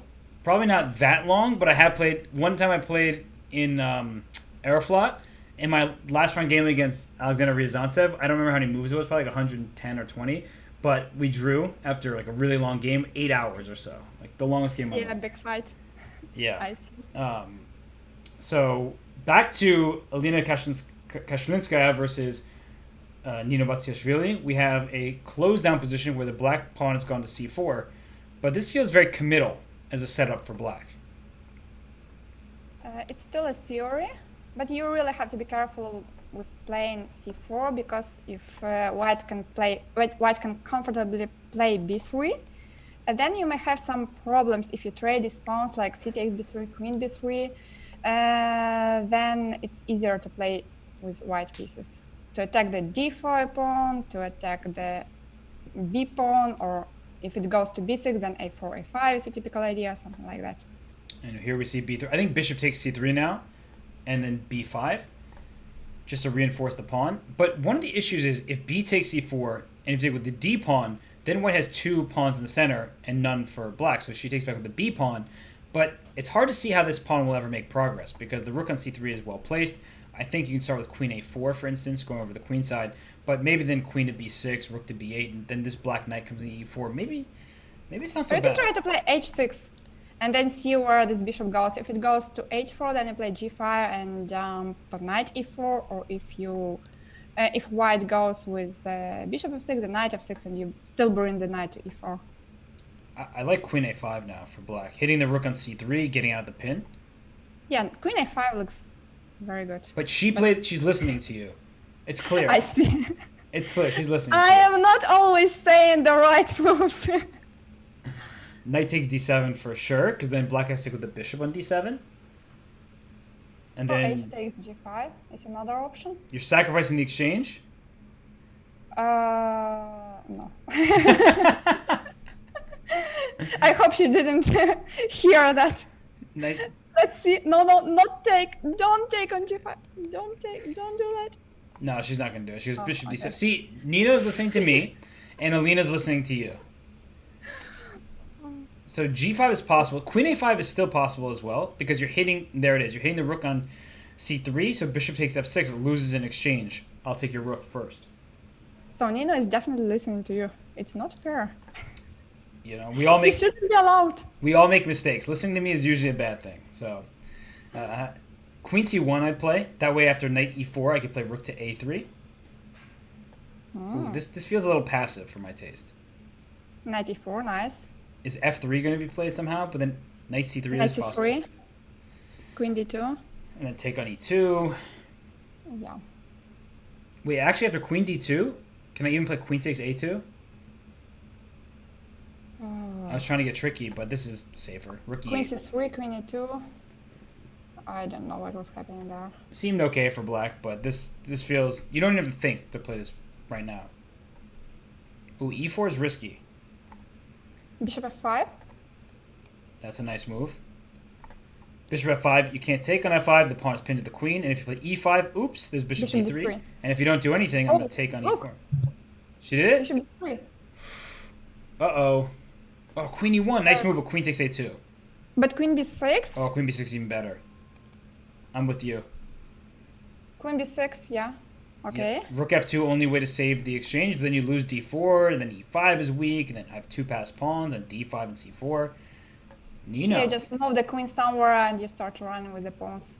The d4 pawn, that's why it was very important pawn. And black is just, I mean, how could you complain about this? Dream position. Even if you were not up a pawn, like let's say you threw the h6 pawn off the board, you'd still be thrilled. But you took away the most unnecessary pawn. well, I wasn't going to take away g7. That wouldn't be good. So, c2? Or bishop e4. I play bishop e4 to start. It just feels like I don't walk in any pins. Bishop e4 looks super safe. Yeah, just bishop e4. Oh, speaking of super safe, how about queen e4 that she just played? Queen e4. Queen e4 is fine too. But I would still prefer bishop e4. Because that way you'd have attacking chances. I didn't think about attacking chances. I thought about my bishop. I wanted to put it to the safe place. And d4, I mean, the pawns are just... They're pushing themselves at this point. They don't even need someone guiding them. Bishop e2? Oh, gosh. Is this rook trapped? That rook is very trapped. Yeah, rook e1 is still D3. possible, but then d3 or c2 even. Or bishop takes f3. I mean, any move, right? Oh, yeah. Too many good moves. We're spoiled for Nice game by choice. Nino. Yeah, Nino played a great game. I think h6 was a little imprecise, but okay, how can you blame a player for one imprecise move? Yeah, a game of pretty much perfect moves after that. So this is going to be a win for her. Let's see, who else is up towards top? Stefanova, she's playing.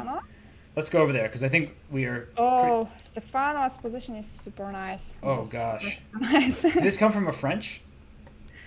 No, I don't think, because Stefanova doesn't play e4. That's his London system, but it looks like a French with his bishop on b7. Right. I don't know if you know this, I really don't like the French defense. No? You didn't know that? Now I know. Now, you know, I think it's the worst opening ever. Just you voluntarily trap your own bishop on move 1. How about rook takes b7 here? Oh, I like rook takes b7. Sack the queen. Knight c6, knight e7. Ah! That was a nice... Still nice I think c6. you will take on d7 and just try to run with the b pawn. That's too safe and sound. Yeah, You know her play, though. that's just too solid. b7? Yep. And then you have to sacrifice your bishop, and then you can... Looks hopeless for black. But we've seen even more hopeless positions where somehow there was a survival because of the time But pressure. I don't see any chances, really. Did you see the game yesterday between Bibisara and Alina Tomilova? No. Well, that I game... missed something? Okay, it was the last game of the knockout. I'll show it to you later, but we could show it like when we get ready for the knockout. It was the final game, and Bibisara, they had drawn the first game, and she was completely lost in the second game, and she won even though she had 5 seconds and her opponent had 50 seconds. So, Oh, really? yeah, I'll show you that later. But that was crazy. Okay. I'll take this game later on. Wait, where did White's kingside pawns go? Like, this is the exact... Oh, queen f4 check. Okay, she made it Yeah, work. queen f4 was really nice.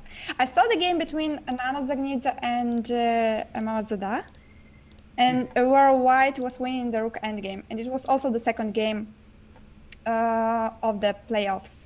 Right. If she won that game, she would have won the match. Yep. So sometimes some miracles happen, This is true. but this game wasn't. No, was not Yeah, for sure. nothing happened. And bishop f4. Oh, she missed bishop f4, which would have won a piece. I'm looking at this game between Divya Deshmukh and Anastasia Bodnaruk. Anastasia seems winning, but only 3 seconds. Oh gosh, yep. And king e4. This is a good play by her. f5, f4, f3.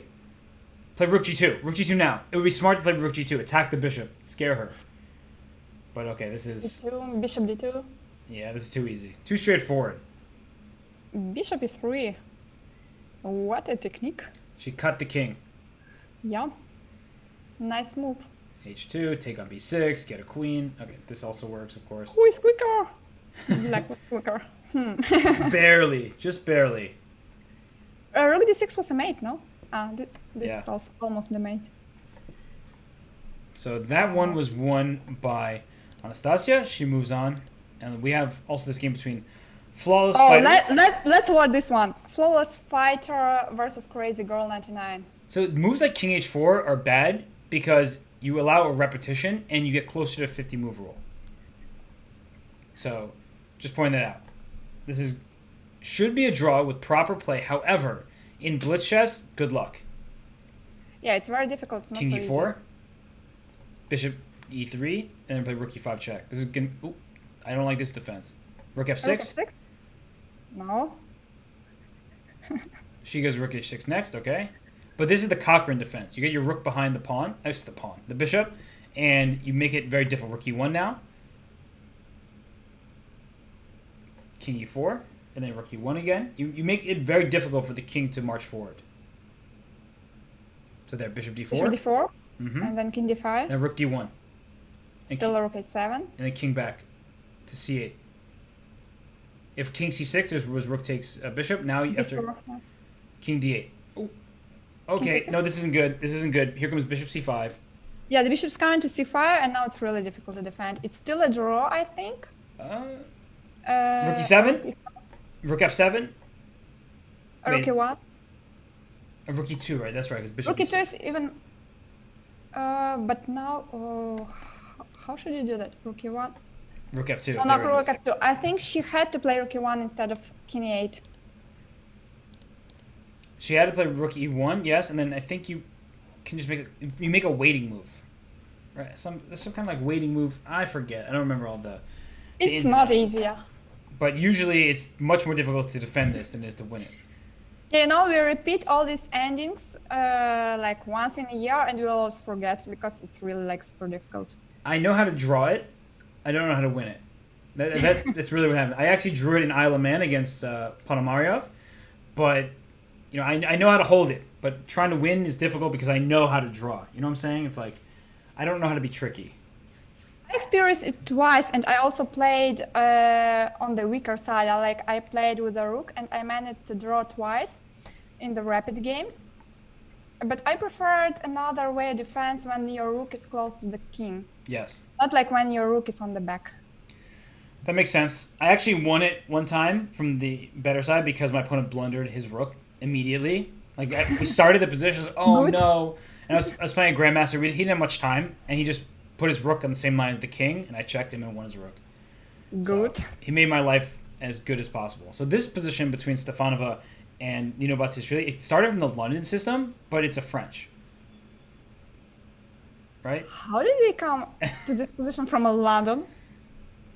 So I'm going through it. I don't have all the answers for you. So bishop f4, then bishop g5, take on f6, g takes, and then we went back with bishop d6 to e7. So we actually got to a French defense.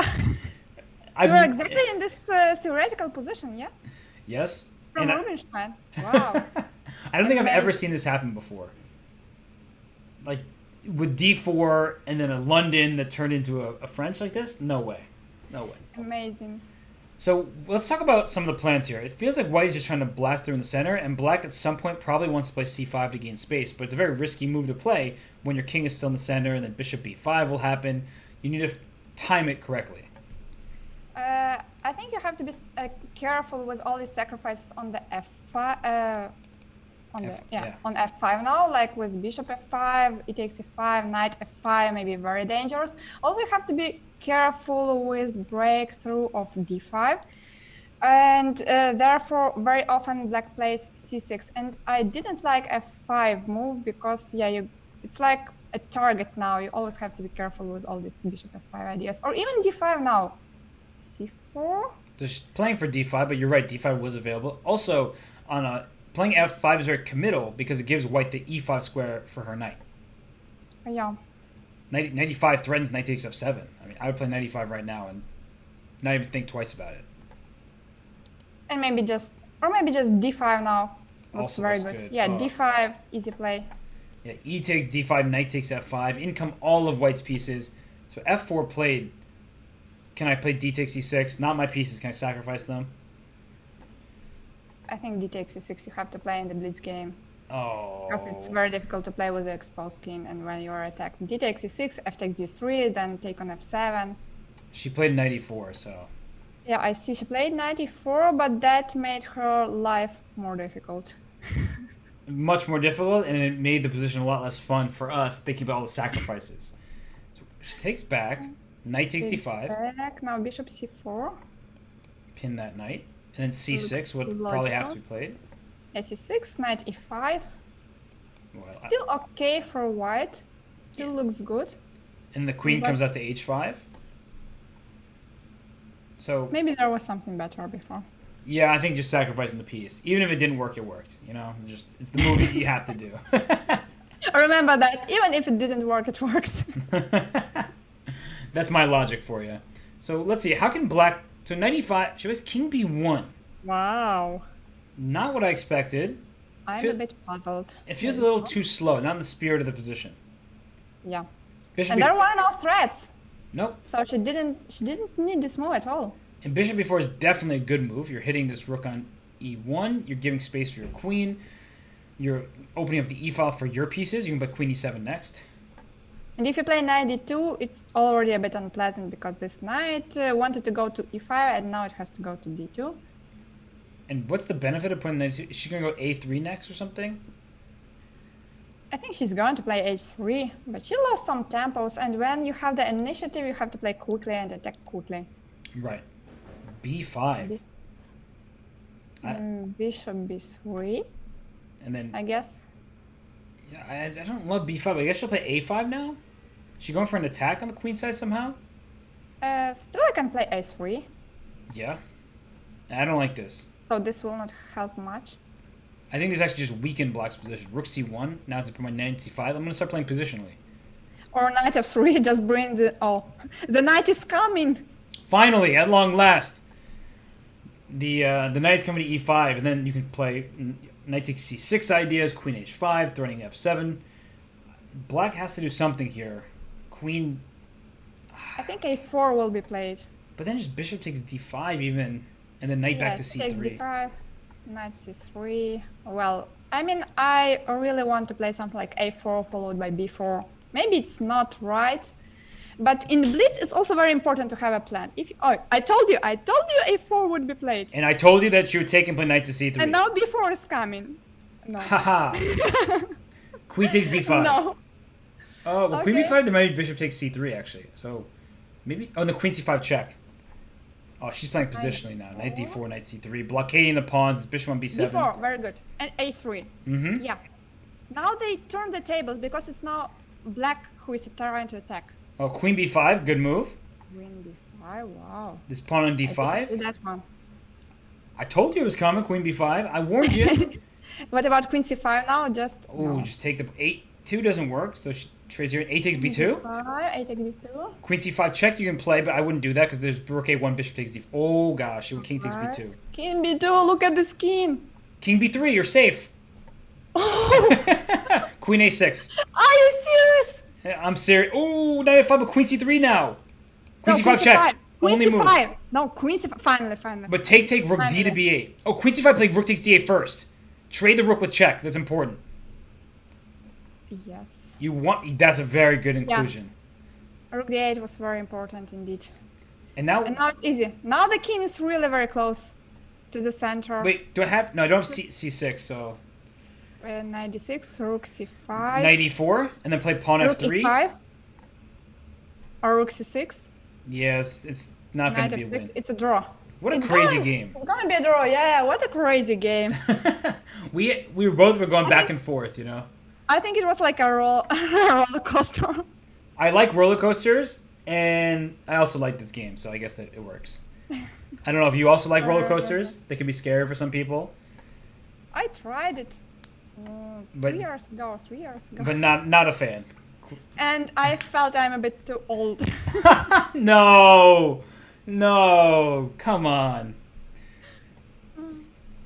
Well, this one, they both are offering draws and not seeing the draw offer, so it looks like they're declining each other's draws. Okay, there we have repetition. No, maybe they're a bit afraid because to find a draw and then to offer a draw, you need to lose some time. And when you have less than 10 seconds, it's better to make moves like rook d3 and rook e3. For sure. Safer option. And Vaishali beat Alina Kashinskaya, so she moves to 8 out of 10. So Alina lost 2 games in a row. She did. And Wow. she's still in pretty good position, right? 7 out of 10, but 3 rounds to go. She needs to find her form once again. So this game here, I have Arina Bulmaga with the white pieces. Who is Elegant 285? Let's see who that is. That is Sakshi Chitlanj from India. That is someone very elegant, obviously. Bishop e2 check. Bishop e2, rook takes h8. She got it. Oh, yeah. And that was an elegant tactic. How about the gun lady? Whoa. Gun lady Where? is a piece down. Wait. Gun lady with a picky club. I don't see the game. They are playing. It looks over to me. I don't see it. No, it's still in progress. What? Or maybe not. I don't see was. it. Yeah, it's not anymore. Okay. Sorry. No need to apologize. Ooh! Oh, Okay. check this one! We have knight and bishop. Another versus- try! Let's see if we can have this work out. So you want to force the black king to the dark square corner. And by the way, there is going to be a break after this round for the players and for the fair play team. Okay, the king is now going to run to h1. This is bad. The king's running away. I think I need to do a lesson. I should create a video. I've done this knight and bishop checkmate during the Vikings 2019. There was a game in between Magnus and Duda where it could have happened, so I showed everybody the technique. And right now, it seems like that lesson needs to be learned once more. I played this endgame a couple of times, but I won quite easily. So Yes. I can help you with the lesson. I'm glad to have you help me. I mean, right now, it seems like the players... The thing is, if you don't know it, it is very hard to come up with it on the spot.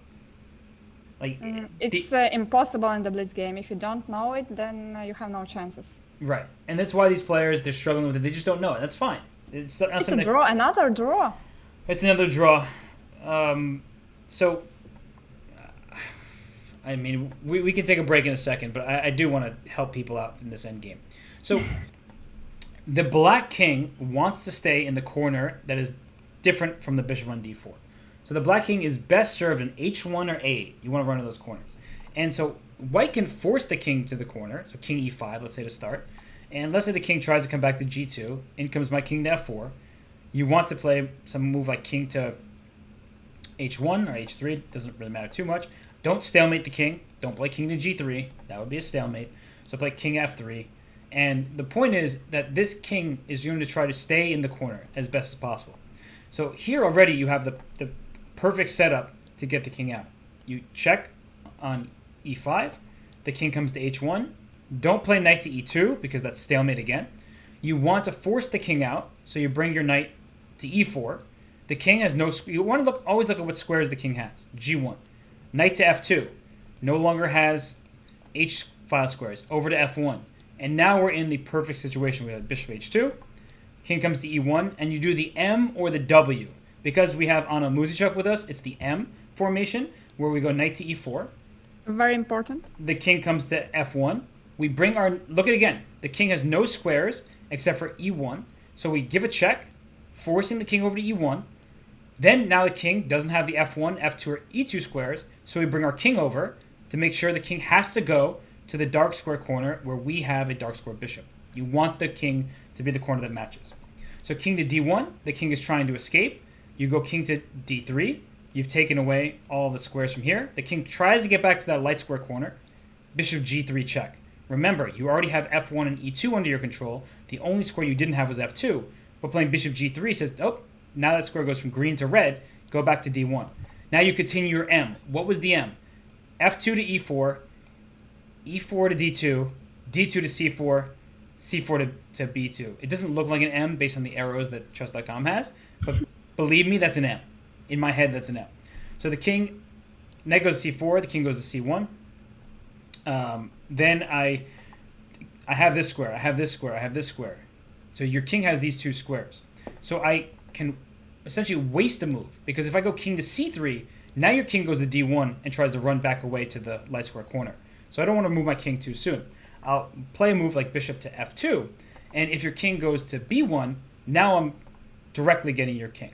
So I go bishop e3, the king can't go to c1, can't go to c2, can't go to b2, has to go to a2. Now your king wants to escape out to a8 somehow on the light squares, so I bring my king closer with king c2, and now you only have the squares a2 and a1, so king a1. I will go, I don't want to stalemate you, so I want to make sure that I first cut your king, bishop c1, and now what I need to do is bring my knight to check you on a2. So knight e3, king a1, knight d5, king a2, knight c3 check. We have the king in the box, and bishop e2 is checkmate. Sorry, I know I went long-winded there and went for this whole pattern, but it felt like it had to be done. Nice job, Robert. Yeah, well done. It was a really good explanation, very instructional. Maybe you just show one more line what happens if the king goes to d1 instead of f1 after knight e4 is played, because it's like the most important moment. Yes. And this is what is really difficult, because it looks like the king is running, king d1, it looks like the king is running away, but there is one important idea. You play king e3 now, king c2. Yep. I'm making all I'm the sorry, moves. I don't know if you are showing it or not. I'm showing everything. You on Twitch now, and there is some lag. Every move you say, I'm doing. Yeah, but it's not appearing on the board. It's there. Just Yeah, trust me. there, okay. Trust me, it's there. Now, very important move is knight d2. It looks like after king c3, the king is moving out of the box, but after king c3, you have a very, very important move, and this move is like the key move. In this endgame, you have not to allow the king move to b4, therefore you have to play bishop d6. And now look at the b4 square, c4 square, and b3 squares, they are all controlled. Now the king has to go to c2 or b2, but the king is already in this box. The king can't run out of the corner. And after king c2, if the king is trying to run back to d1, e1, and to the h1, to the right corner, then you play king e2. You don't allow the king to go to d1. And if the king goes back to c3, so after king e2, king c3, you make another important move. It's bishop c5, you block all the squares. Bishop c5 is played so that not to allow king to come to d4. So now all the important squares are occupied, and after king c2 or king b2, you can play bishop b4, occupying even more squares. So now finally the king is really in the box, and then you win using the plans Robert just showed you. Exactly. So king c1, you bring the king to d3. The king tries to run to d1, but look, your bishop is perfectly placed because of Anna's method here, so that when I move my knight out the way, your king... It's not mine. Hey, we'll give you credit for it. Oh, we have the next round, though. So we showed everybody the knight and bishop versus king. Hopefully, we see it done correctly in the future here. But it is important. It's not that easy, and if you don't know it, you're not going to find it in a blitz game. So let's go. For this round here, we have Nino Batsiashvili versus Anastasia Bodnoruk. Yes. So it's King's Indian, classical line. Yeah, d5, 97, 91. So we're going to see, bayonet style, b4, c5, knight d3.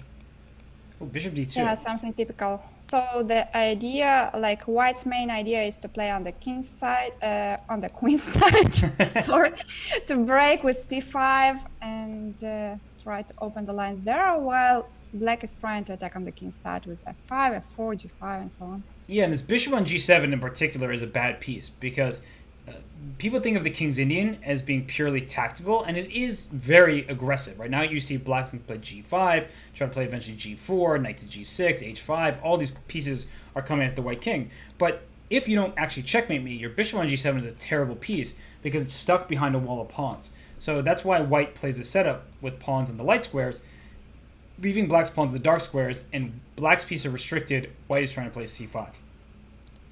Yeah, also it's important that white has more space, so if they manage to trade the queens, they are really safe, and then there is no attack, while they can continue with their play on the queen's side. c5 was played, so now it's an interesting choice. If white will take on c6, but I think they will not. Nah. But with c5 you block this. Yeah, but she took on c6. Maybe it's not so bad. I didn't expect it, but I guess she as quickly has this move c5 if she wants to play it to open things up. But this knight's coming to d4. I don't like the look of this. That's what I didn't like. That's why I thought she wouldn't take, but she took. Yeah. I don't like the look of this knight coming to d4. It feels like black is getting unnecessary play with her pieces. But also, this knight on f2 makes sure that g4 is super protected. And maybe now black has to switch their plans, because maybe they don't need to attack.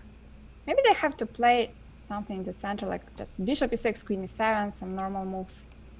Yeah, so you're saving your attack for later, for knight d4, closing the d file. Knight b5 is a great move, though. Yeah, knight b5 is a nice move.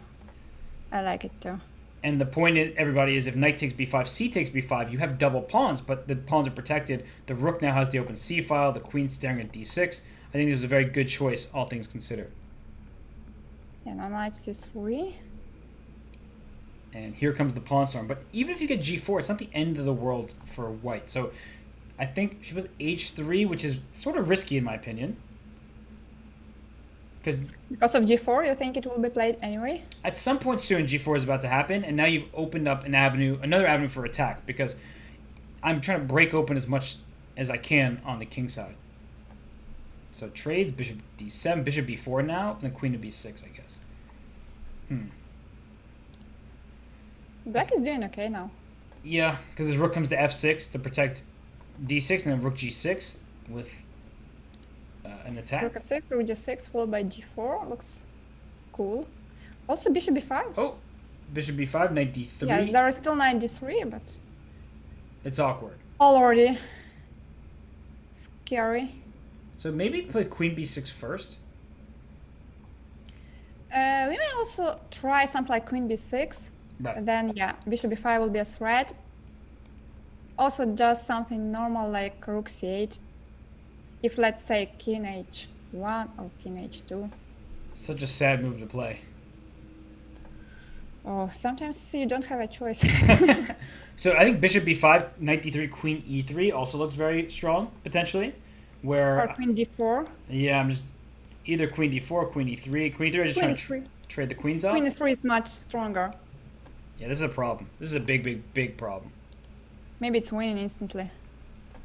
Because then you play rook c8 next and take over all the space. You play queen e3. You just win material, no? I don't see a move for white. I mean, Yeah. I don't see a good move. There are some moves, but I don't see any good move. No, I don't either. This is Yeah, just... like queen e3, f takes e3, then after rook d1 there is e2. Ouch. Ouch, yeah. And rook c3 just rook c8. How to keep your pieces alive? I don't know. You can't.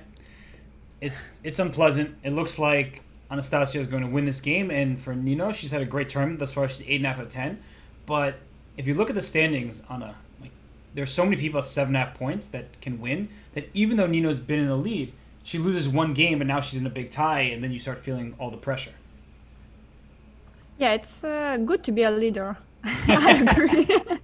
What I thought that people like to be followers. I guess I was mistaken this whole time. Speaking of followers, Anna Muzychuk has a great Twitch channel. So if you're here, you're new here, go follow her, Anna Muzychuk. And she provides great educational and entertaining content. So if there's a plug for you, Anna, I know you probably don't do that, but I have to. So I have to because I want to. Thank you so much. Yeah, I started streaming recently, like a bit more than 2 months, I guess. But I have to say I like it. It's really fun. Well, you and Lizzie screaming at each other is really great entertainment. So It's like not me and Lizzie streaming, but me and Lizzie trolling each other. it's definitely a lot of fun. So everybody, I should check that out. And, well, somehow Nino still has a chance here. Like, She gave a piece. right, and she took d6, and e2 is falling next. So there's some hope to survive this, even though g4, I think, is going to be very good for black anyway. First, take care of the rook. Oh. Yeah. Rook f7, See, this and then is... g4. I blunder other people's pieces all the time. I forgot the rook was under attack. But this is very good. And Bishop b4. Mm-hmm. And a big problem for white is that there are pawns on both sides of the board. So black is up a piece and can go from side to side. But rook g3 is a big threat because the bishop's under attack, and then bishop takes e5 comes to mind. I guess black has rook f4 to defend that bishop, but still, it's feeling like black's pieces are not exactly where they want to be. Maybe they can try something with rook d8, I wanted to say. Your rook d8 look bishop good. Bishop d7, rook e8 is very safe. Rook f4. Rook e2. What about rook c1 and rook c7 ideas? Here it's coming, rook c2. And then, It's coming. okay, wow. This game looked like it was going to be over very quickly, but... Nino is a very good fighter. So b4, I think? I guess you don't have to do it just yet. King f2 is good, king e3. e3. And where's this bishop going, by the way? Bishop b1. Try to have her play rook c1 to bishop h6 check. Okay, rook b7. She's too smart for that. Bishop h6 check anyway. Uh-oh, rook takes b5. Look. How many? Oh, and rook b8. Take bishop b3. No, d6 doesn't work. Maybe it's still not so easy to win this. You just stay with the bishop. Oh, can you... Oh, I don't know if I would have traded, but maybe she felt she had to. But there are some endings which are drawn this way. I'm not sure about g4. No, bishop a4? Bishop d... No, this is winning now. No, this is winning now, yeah. King g5? Why? I don't know why she put a bishop there, but king g6? It's still winning, yeah. King g6, bishop d7. Mm-hmm. You win this pawn. Wow. And then you go for d6 pawn. After all that, she played extremely resourcefully to fight on, and then now she gets to this position where sadly she's lost. So it goes to show how hard chess is, because even when you defend almost perfectly, then you make one little mistake after that, and the result goes back to a win for your opponent. Yeah, sometimes that happens. It happens to all of us. I'm looking at this game between Shardasha and I guess this is Turkan Mamajirova, and is this position... It feels like white should be able to press for a long time. Maybe it's a draw. It's a King weird... e3. I would... You just... Sorry, go ahead. I would put my king on d6, knight c7, and take on e6. And that's what she's going to do. But she will always try to keep her king next to d4 pawn so that you can't move. Knight g5. No, Knight g5. no. We're not laughing at Robert, that's unfair. I told you have to take on e6. And the thing is, the king has to move away and not get forked. King c4. Still, knight g5. You just keep your bishop on the diagonal, so whenever the pawn pushes, you sacrifice your piece. So this should have been a draw, but knights are tricky. It's like any move was a draw. Knights are tricky. Well, we have 12th round underway. We have Bondaruk taking on Natalia Buksa, who is your compatriot. Yeah, Natalia Buksa is in Ukrainian team, and she lives in the city where I live. We are both from Lviv. Oh. Let's root for Natalia. Whoa. You're a commentator now. You're not supposed to root for anybody. It's okay for you to root against me, but I don't think you're allowed to root for any of the players. I should be kind of intermediate, yeah. Like, you're supposed to be neutral. You're supposed to be Neutral, like Switzerland, right? I see, okay. And sorry. So, I'm guessing that But I am rooting for Natalia. every time we talk about this position, you're like, oh, and black is doing well here, and this idea was brilliant. And Rook b8 was super cool. b5 is great. And white is trying to go for d4 at some moment soon. So black can play e5, and there she does. That's a good move. Knight e7, development. f4. So we got to close Sicilian again. And can white get f5? That's a big question. Actually, you can, Five. because the knight on c6. Take. No, don't take again. The knight c6, right?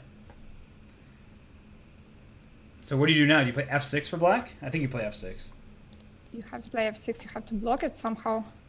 Not the. You don't seem very happy about that move, though.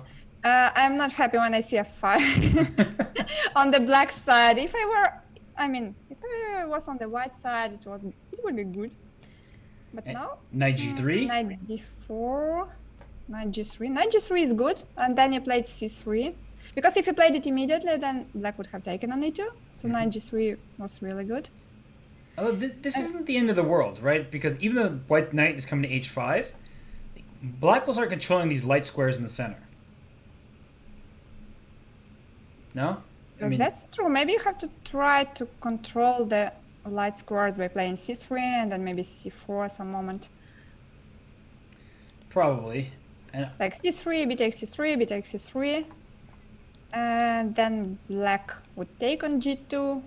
queen takes g2. Then maybe queen takes g2. Yeah, the knight goes back to c6.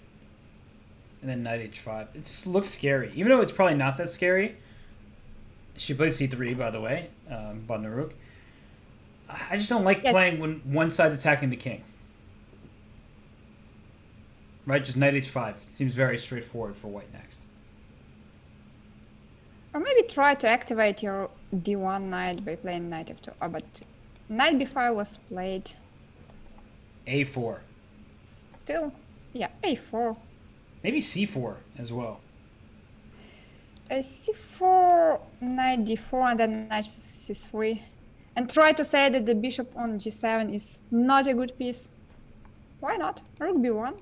But you have to be careful with rook b1 because rook on b1 is kind of unprotected and there might be some tricks with knight jumping somewhere. It's true. So took on g2. I expect queen takes back. Because king takes back. King g2 feels... Queen d7 or queen d7. She does it. Is she going to put her king on h3? Maybe now c4, because the knight is far from d4. No, I mean taking on b8 and then c4. Right. I just forgot to say about that. So the knight came d5. Even here, c4 makes sense. But the problem with c4 is eventually black will play d5 and open up the position. So I agree with you that c4 looks good, but at least it gives black an opportunity to start opening up some lines. So but c4 was played. C4 was played. I think knight takes e3, queen takes e3. Do we actually want to take that bishop? Like, I guess knight b6. Yeah, okay. So knight e3, queen e3. What was your follow-up going to be? I don't know, but white should start playing positionally, not like for the attack. Oh, queen e4. Yeah, queen e4, and you have to regroup the knights. Like to bring one knight to c3, another one to e4. And then just say that bishop on g7 is like a pawn and doing nothing. d5 should be played for sure. d5 must be played. You can't trade the queens. King g1 good because there was knight King f4 g1. check and knight e3 check. Knight c3, queen takes queen. I was like, oh, there's a fork. No, there's no fork. Knight f4, I don't like it. Trade and go rook b7. Yeah, you shouldn't trade the queens. Then it's very easy to play knight g4. Ooh. And it's very unpleasant endgame. The rook comes to b7. The bishop is very passive. It doesn't look good for black. It could be worse, but it could be worse. Looks really bad. Yeah, maybe rook d8 and if knight takes e5, bishop f8 to try to kick this knight out and then hit the d3 pawn. But maybe then I go back to e4 and then I'm attacking the pawn on f6. Yeah, you're right. I'm trying to be hopeful for your teammate. Thank you. h5, good try. So h3 probably. But even if you just take, I mean, if you trade the pawns, it's already some improvement. Yeah, you know what's good about this is now the king can go to h7 and to h6. It may not seem important just yet, but if the knight ever leaves e4... h4, no. No. Okay, well, knight takes e5, she'll play rook c8, I guess. And she does it. What? You can't go rook c1, knight e2 check. You can bring in knight f2 to e4, but then you lose the h3 pawn. So knight c5 has to move somewhere. Rook b5 is possible, but bishop f8. So no matter what, your knight's getting kicked off the square. Maybe this was a pretty good try. Bishop f8. Bishop f8 still. Yeah, now the rook will go to c2 or c1. C1 first and then C2, right? You can pin that. Also in. depends where white will go. For sure. So now rook C1 and then rook C2. She managed. But rook C2, there might be knight takes F4 just in time. No, I still think that's good because you bishop C5 at the end of this. Wait a second. Rook C2. There, yeah. Okay, I understand bishop D6 as well. The white king is not safe here. But yeah, now king g2. Why did she play bishop d6? She shouldn't have, but she's in time trouble. So both sides have 13 seconds. Bishop C5 coming, but then knight E4. Maybe like something like bishop e5. Yeah, slow maneuver type of thing. Well, you can't go rook takes A7, so she could have waited for rook takes A7. Bishop E5 is D4. Knight takes F6 check now. See, now you have me rooting for her. I'm trying to be a neutral commentator, and now I'm feeling a little sad about it. Rook D7, Knight F6 check, and then G6, Rook F7 mate. That's mate next move. Yeah. That's Good one check. try. Checkmate. Okay. Oh, Natalia lost. Yeah, Well, you sound like you lost the game. This is how I could tell you were rooting for it because we have and Sanyura. Who is that? Sanyura. She's 8.5 points coming through. Maltsevskaya? Mm-hmm. And this is a draw. No, it's a draw. Oh, that was a tricky, nice effort though. You want to keep the king in front of the pawn as much as you can, and you want to meet your opponent's infiltration with opposition. So if king to c3, king to c1, king to a3, king to a1. But if you can put your king right in front of the pawn, do it every single time. So that's why, when king c4, king c1 is losing, so block the pawn every single time. King c1, king c3, king b1, b2. Your king has an escape square. My king goes up, and I promote. So block the pawn as much as you can, and when you can't block the pawn, you stay in front of it, and that way you make sure that you hold the draw. So stay in front of the pawn with king to b1, and then go back up if you can. Otherwise, keep opposition. That's the simplest way I think you can put it. All right, a happy pawn. That's Jennifer Yu. She is, very happy about her pawn that became a queen. Goryachkina won her game So not so long ago. So Goryachkina now has 8.5 points. Oh, she needs to win and hope that the other results go her way. Yeah, she's on which place? She's down there at 11th place with 8.5 11th, points. yeah. So if she wins and other people, don't win, or she'll end up in a tie likely if up past 8th place, and she'll need the tiebreaks to go her way, which you never know. I think if she wins, she has good chances to qualify. Yeah, her tiebreaks are good. And Gunina, by the way, has 9 points as well, so she's come back here on board. So I'm going to stay away from board 1 because I think both Badnaruk and Stefanova are safe, so we'll see them in the knockout. So let's go to some of these other games. Let's start with Vaishali versus you just said her name. Sanjura. Yeah, what's her name again? Alexandra. Maltsevskaya? Yeah. Alexandra Maltsevskaya. There it is. I forgot. I was multitasking in my brain and it left. Another close Sicilian. I think we've seen enough close Sicilian today. I'm ready to move to the next game. But it could be a different game if white played d4 instead of queen d2. Right. And you can still play d4. And there it is. Okay, now we have an open Sicilian again. I feel better. So we stay in the game? Yeah, I guess we'll stay here for now. But I was going to go to Natalia Bux's game, but I guess you don't want to go there, so it's okay. Yeah, it's fine. d5. Oh, so if dc5, there's d4. So wait, can I take on d5 first? E takes d5, e takes d5. And then take on c5. D takes c5. Yeah, and after d4 you take the pawn and you use the pin. Right. Good. This seems like it went wrong for black. And Vaishali, I think she should just take on c5, right? It feels like you should. I think you can take it now. Yeah, so dc5, d4, even castle's queenside comes to mind. But the point is, after knight d4, eventually you take with your knight on d4, and bishop takes a8. Your rook is hanging back here. So that's extra material for white. And she's still thinking. I think she will take on c5. She's making extra sure, because if it doesn't work, you just blunder a piece. But it does seem like it is working out. But you have more than one line after d4, so you can take with the bishop, you can take with the knight, you can even think about rook d1 or long castle. There are so many options. So just take on c5 and think then, because maybe d4 will not be played. But she castled queenside, so She castled. maybe she sees more than us, or she's seeing ghosts. In which case, she still is seeing more than us. Just maybe not something you want to see. Maybe now c4, just to protect this pawn. c4, I'm looking for knight f4 type ideas, coming right after d5. c4, knight weak. f4, maybe. Yeah, I don't really want to play bishop e6, but maybe I'm forced to do that. Ugh. Oh, yeah, I know. I know. I understand what you mean, but... Oh, okay. What Now, about d now no? d takes e5. I mean, you just win a pawn, right? It looks like there's just a pawn grab that you can get away with. I don't see any reason why not to take it. Let's count how many pieces white has. 4 pieces protecting d4. Black only has 3 pieces defending, so now bishop takes c5, or knight takes d5. I don't even know which pawn you want. Which one would you take? On c5? Okay.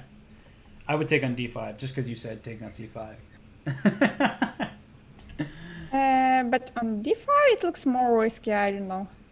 Sometimes you gotta live life on the edge. So knight takes d5, it's risky because the bishop on g7 has the full diagonal, so she takes in c5, proves Anna right, proves me wrong. This feels like this was collusion.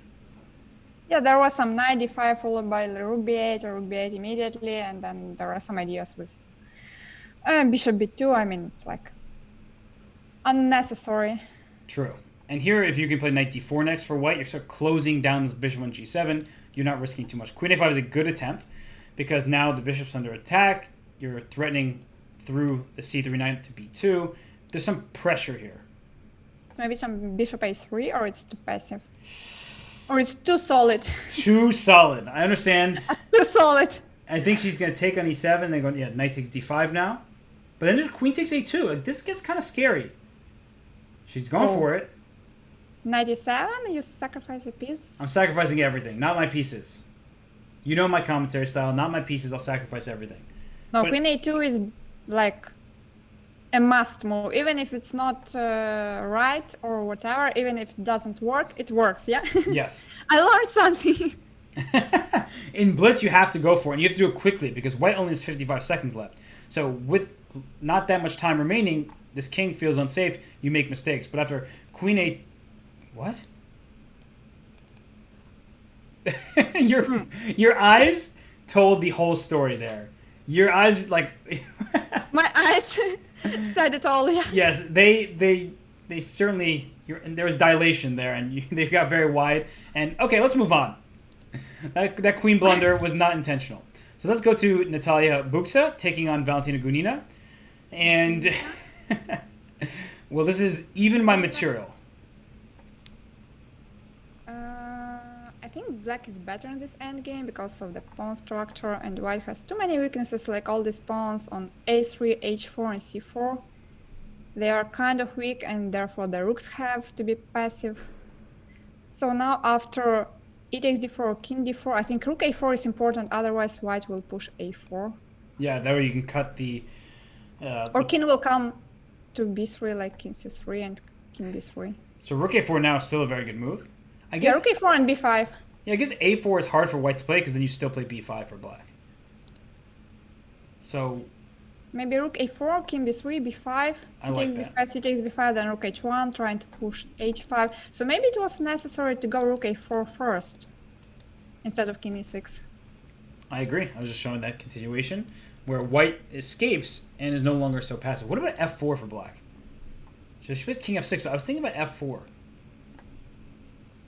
Just sacrificing this pawn, bringing your rook all the way over back to the king side. f4, maybe rook d1. So f4 was played. Rook d1 looks nice move. Yeah, rook d6 coming. f takes e3, f takes e3. So rook e5, good. Yeah, rook d6, rook e6, you can't go to the pawn endgame, it looks lost.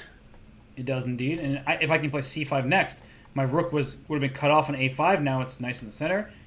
9 seconds for Natalia. So rook f6 check. Actually, rook d6 check. Rook e6.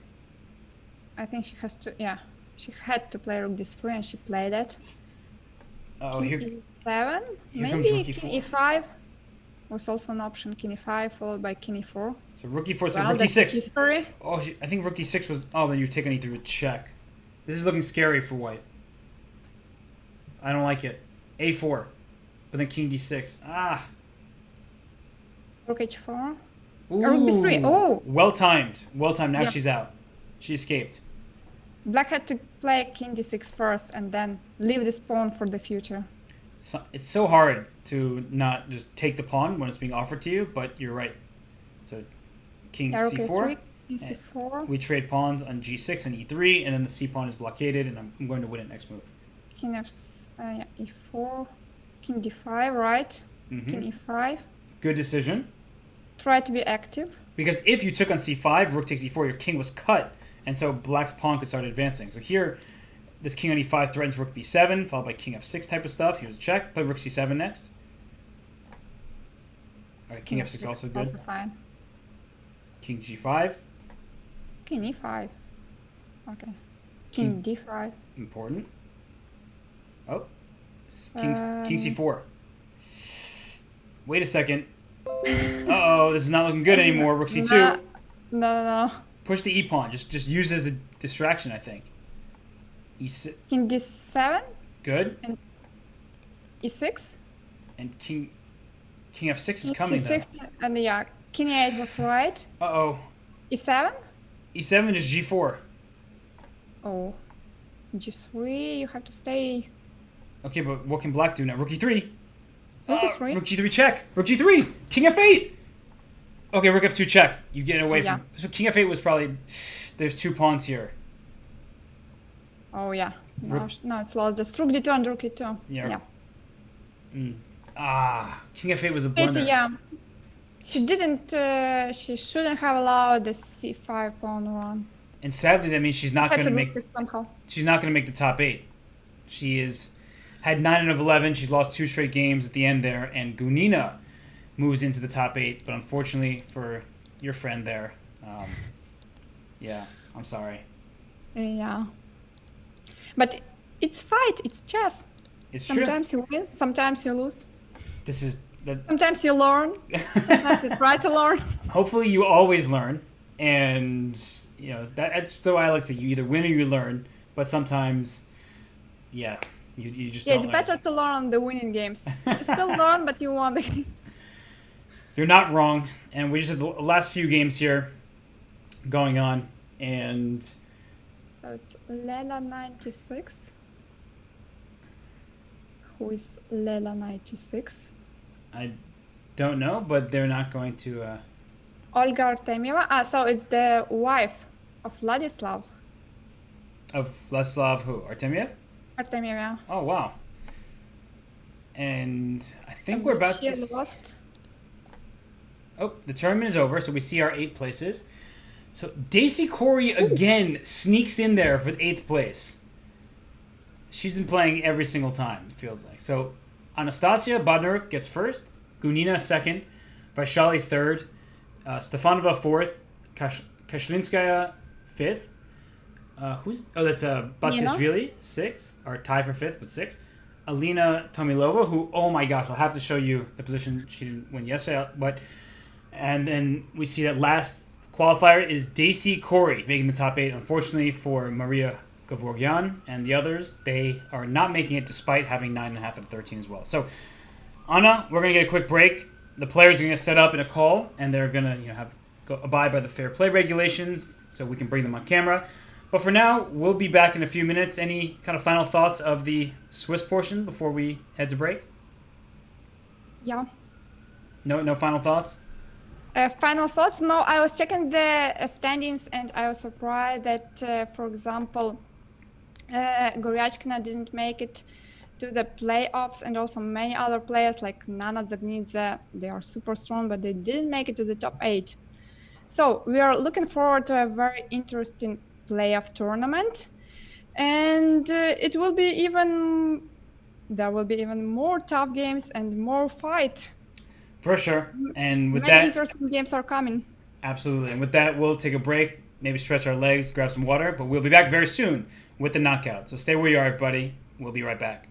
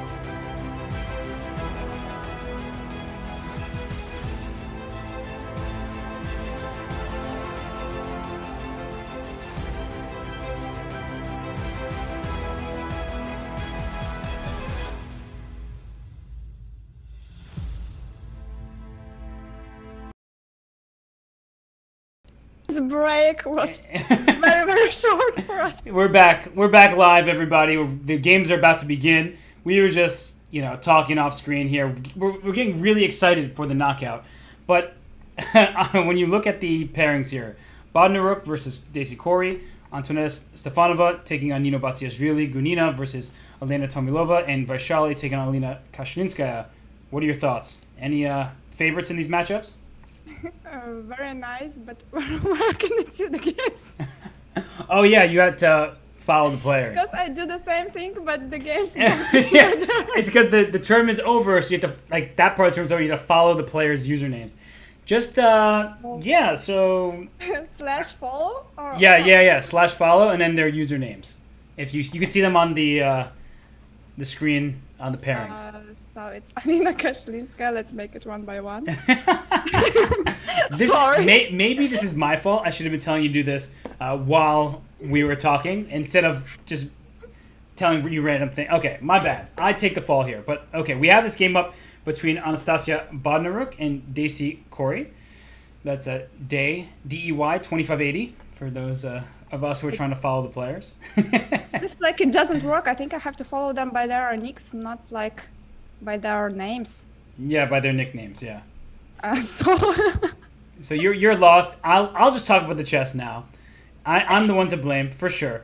But here we have this game between Anastasia Bodnaruk and Daisy Corey, where Corey with the black pieces, she played the Scandinavian defense, which we don't see that regularly in tournaments. I know John Bartholomew, we mentioned him earlier, he's one of the biggest proponents of #Team Scandi. So here white is castle. The pawn on d4 is one that black is aiming for. So I'm wondering if that's going to be an issue for black or, for white, or if this e5 move just settles everything in the center. And here... You can continue. I'm still following.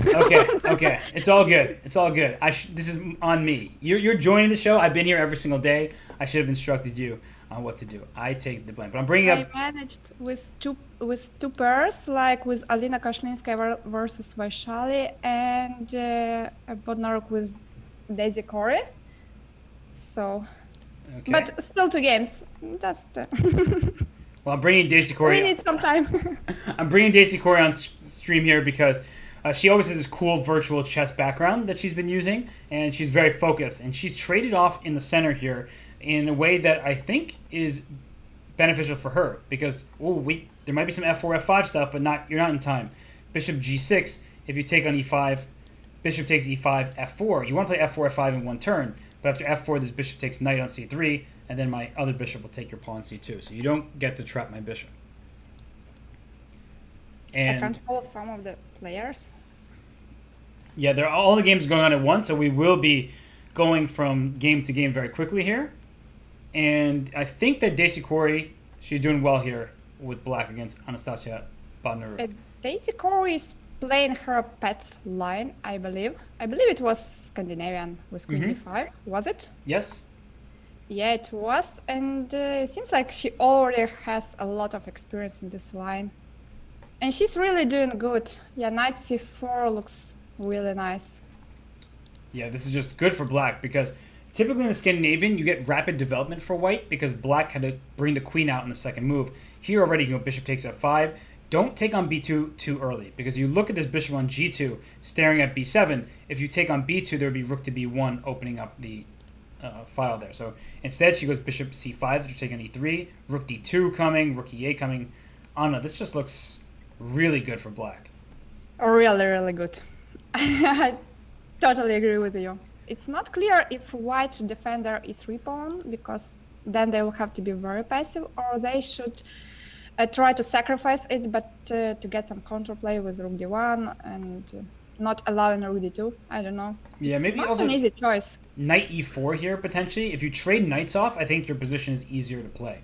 So she plays rook e1, goes for the passive setup, but I was thinking if we can accomplish the knights being traded, then it's opposite colored bishops, your drawing chances improve. But it's not only the different color bishops endgame or opposite color bishop endgame, but there are rooks, and it's important point with the rooks. The side who has more material, who is material up, has much more chances. So I'm not sure if knight e4 was like helpful. Yeah, but I think that this position looks pretty tough for Bunner. But maybe she'll play rook a to d1, start trying to trade pieces, and hope that she can survive that. It's going to be good for Daisy Court regardless. She went rook e2, but now rook takes e3. It looks great. Also, instead of rook e8, there was rook d2. I saw nothing wrong. But rook d2 is coming anyway. Yes, So it maybe is. he was right.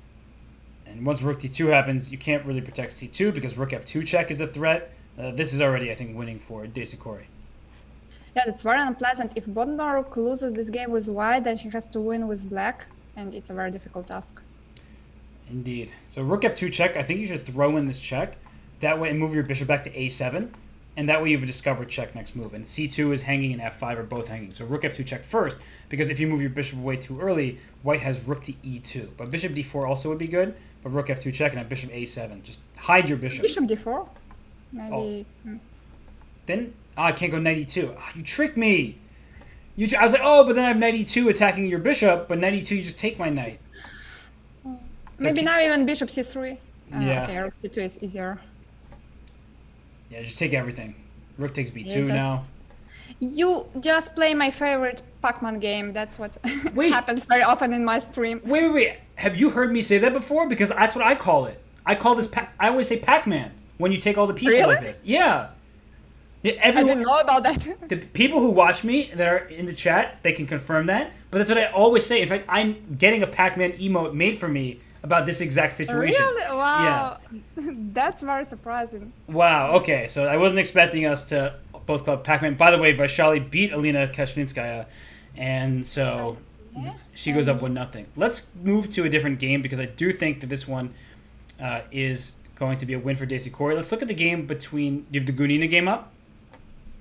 Gunina, this is the only game I don't Click on the own. binoculars, like down below, Yeah. and then her Vanina's Yeah, game. I got it. Oh, whoa! What's happening Oh. here? This is a typical Gunina's game. King on f3. It's very normal for Gunina, but But not good. in not this game. going to end well, I believe. Yeah, her king is too weak. In Rook Elena, e3, bishop e4. ooh, yeah, opening up a new wave of attack with the bishop coming in. This rook is pinned. I think it's just completely winning. It's just a bad luck for Gunina because it's already the third time she's losing the first match in the playoff stage.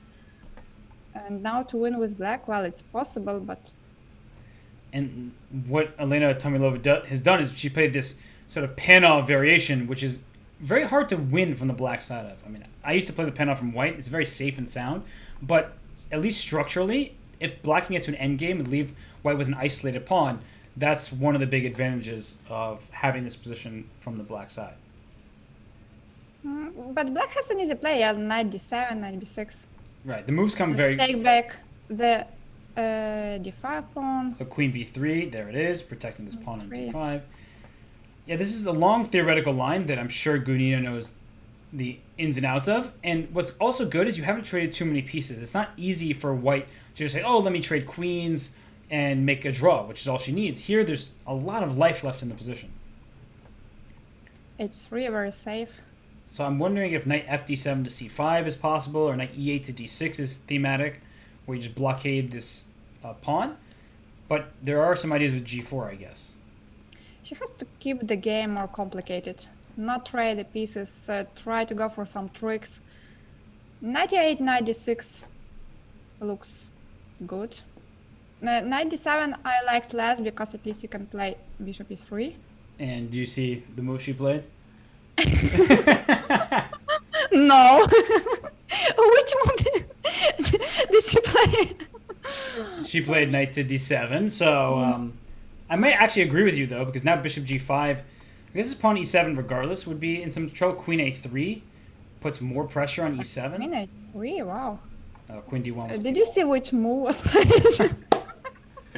Oh, payback hurts. Payback hurts. Well, that means we're going to move on to a different game because we have 4 matches going on all at the same time. Let's go. Yeah, we don't guess too many moves here, so let's try to guess the moves. I think we're going to come back here just because this is the most interesting game. Ooh, knight d3. Knight d3 now. Uh-oh. Here's a fork. The rook, we're not leaving yet, I guess. There's a fork on the bishop. The rook, maybe knight takes b2. Don't even take the rook. No! I think knight takes b2 and just take on c4 next, but maybe this is also not so bad. She takes on c4 anyway. I don't know. I just wanted all the pawns. Maybe I'm wrong. You're right, Anna. I'm wrong. I agree. Bishop a7 is very dangerous. b6. b6, queen e3. Queen e3, yeah. So you're able to get this bishop out.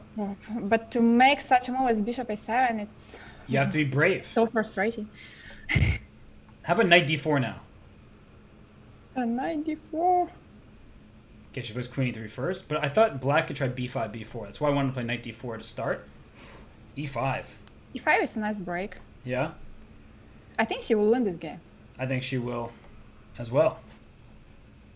So this will be good from psychological point of view. Well, yeah, you get the momentum going into the tiebreaker game, which is a 5-minute for white, 4-minute for black Armageddon game. Bad for the nerves, but good for the spectators. Exactly, and good for the commentators, because that means we get to yell and it's justified.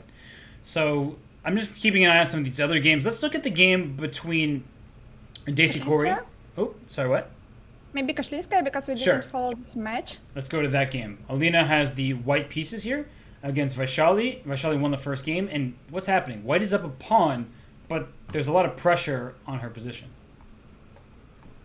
Black definitely have enough compensation for the pawn. It's just the question if they can draw easily or not.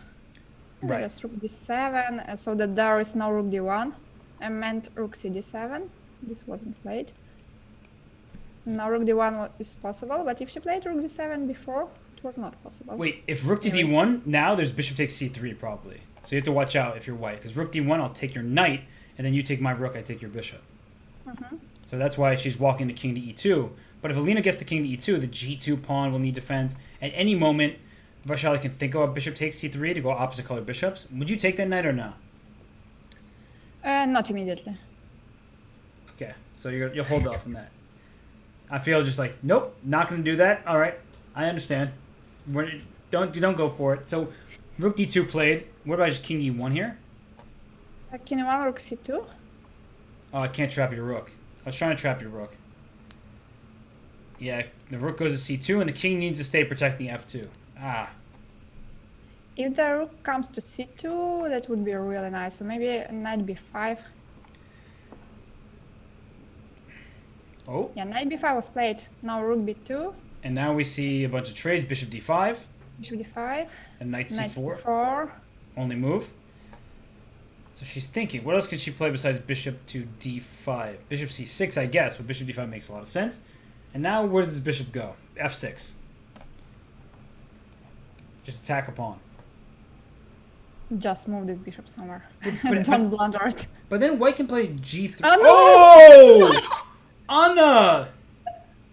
Anna, you jinxed it! It's my fault! You jinxed it! What's happening? Wait, she didn't take it! They both didn't see the bishop was hanging. How? Oh my gosh! I don't know. I bring Vaishali. Check. No! Oh my gosh! There was. But now when it was not hanging, she moved it. Oh gosh! Yeah. Now this is gonna have to be one all over again. Oh, take on a5. It's immediately. No, not take. No. Take on a5. Take on a5 and take it. And play f5. And f5, right? And no. Oh my god. So what you need to do to draw this position for black is you just keep your king in front of whatever the passed pawn is, and your bishop always protects a6. There's not the good move bishop e2, keeping the bishop behind the pawns. Wow. f5 now? No. Anna, that was wait. Oh. How did black go up a pawn? Not up a pawn. Okay. Don't ask too many questions. Wait a second. If you take, is h5, h6 working? So she doesn't take. That's very smart not to take, and now it's just everything is safe and sound. Yeah, now just bishop f3, and she stays with the bishop. King takes f6 was possible, but take on e4. And what a game! Wow. Okay, well now that Vaishali is not going to lose, we know she's going to move on. So let's go to a different game. Let's go to the game between Gunina and Alina Tomilova. Gunina? Gunina won. So there will be a tie break. Oh, she just won. Okay, so there will be a tiebreak there.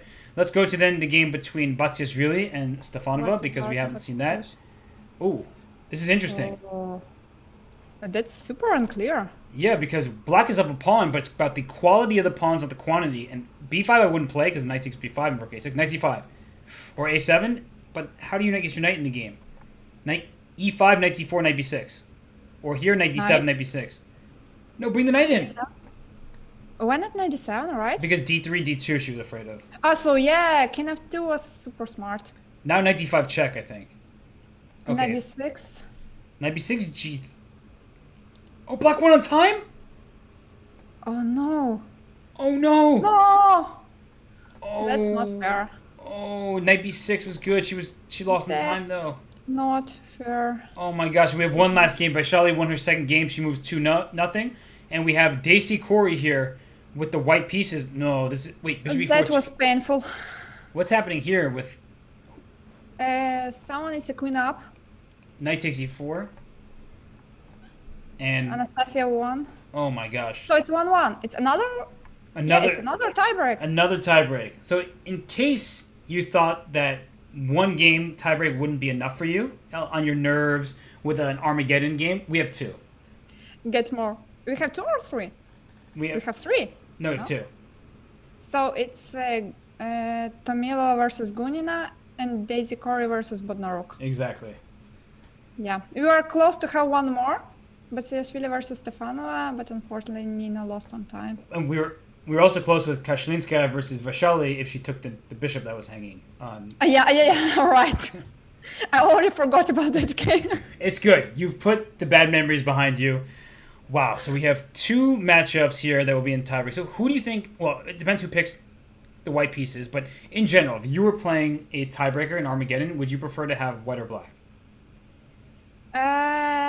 I would like to see how the match was going, because maybe I was losing with black and I don't know what to play in the next game, then I would prefer to have white. But in general, I think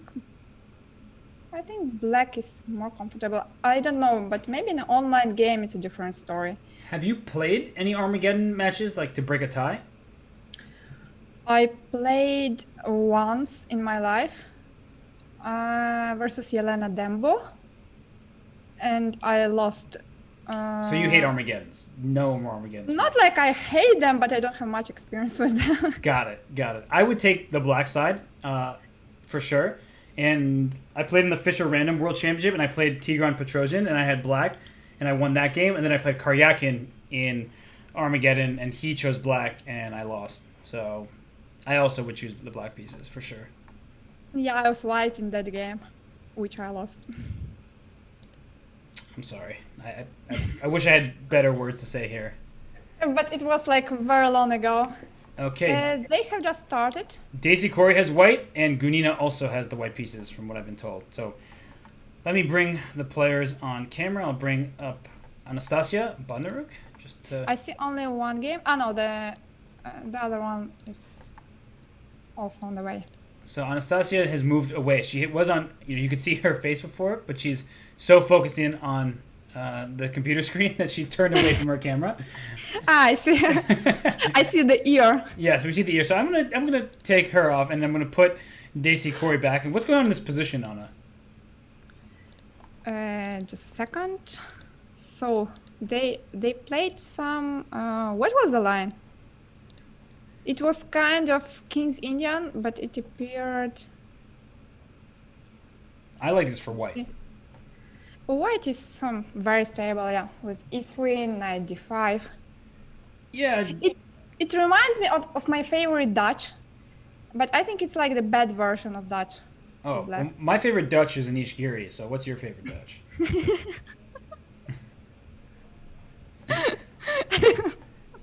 Yeah. And knight d5, I'm not sure it was so precise, because now the knight can move to e5. Mm-hmm.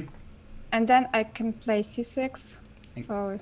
And c6 is a move that, generally speaking, is useful, but it does make the d6 pawn a little bit weaker. So that's something you have to be... it has some serious drawbacks. And actually, after c6, like knight f4, if you go rook to d8 somehow, I have c5, and there's some pressure because your knight on e5 needs defense. It could take your bishop on e6. Things like that make it very unclear. Also, queen a3 is unpleasant, like c6, knight f4, knight, rook a8, and queen a3 attacking both pawns. Good point. So Anastasia played g5. Let's go to the other game. F4. I don't know how I can go to the other game when f4 is played, but let us try to bounce between games for the time being because there are two of them. What's going on in Gunina versus Tomilova here? Whoa, this is a hectic position. It will be something really hectic. Stark hectic. I think that black is better, though. I get the feeling that black should be doing well. I don't like b3. I think it was better to take on b5 and then play rook f2 because after b takes c4, I wanted to say, there would be a weakness on c4, but this wasn't played. Still, Gunina doesn't want to take on b5. Oh, knight f5 now? Yeah. She was f5 instead.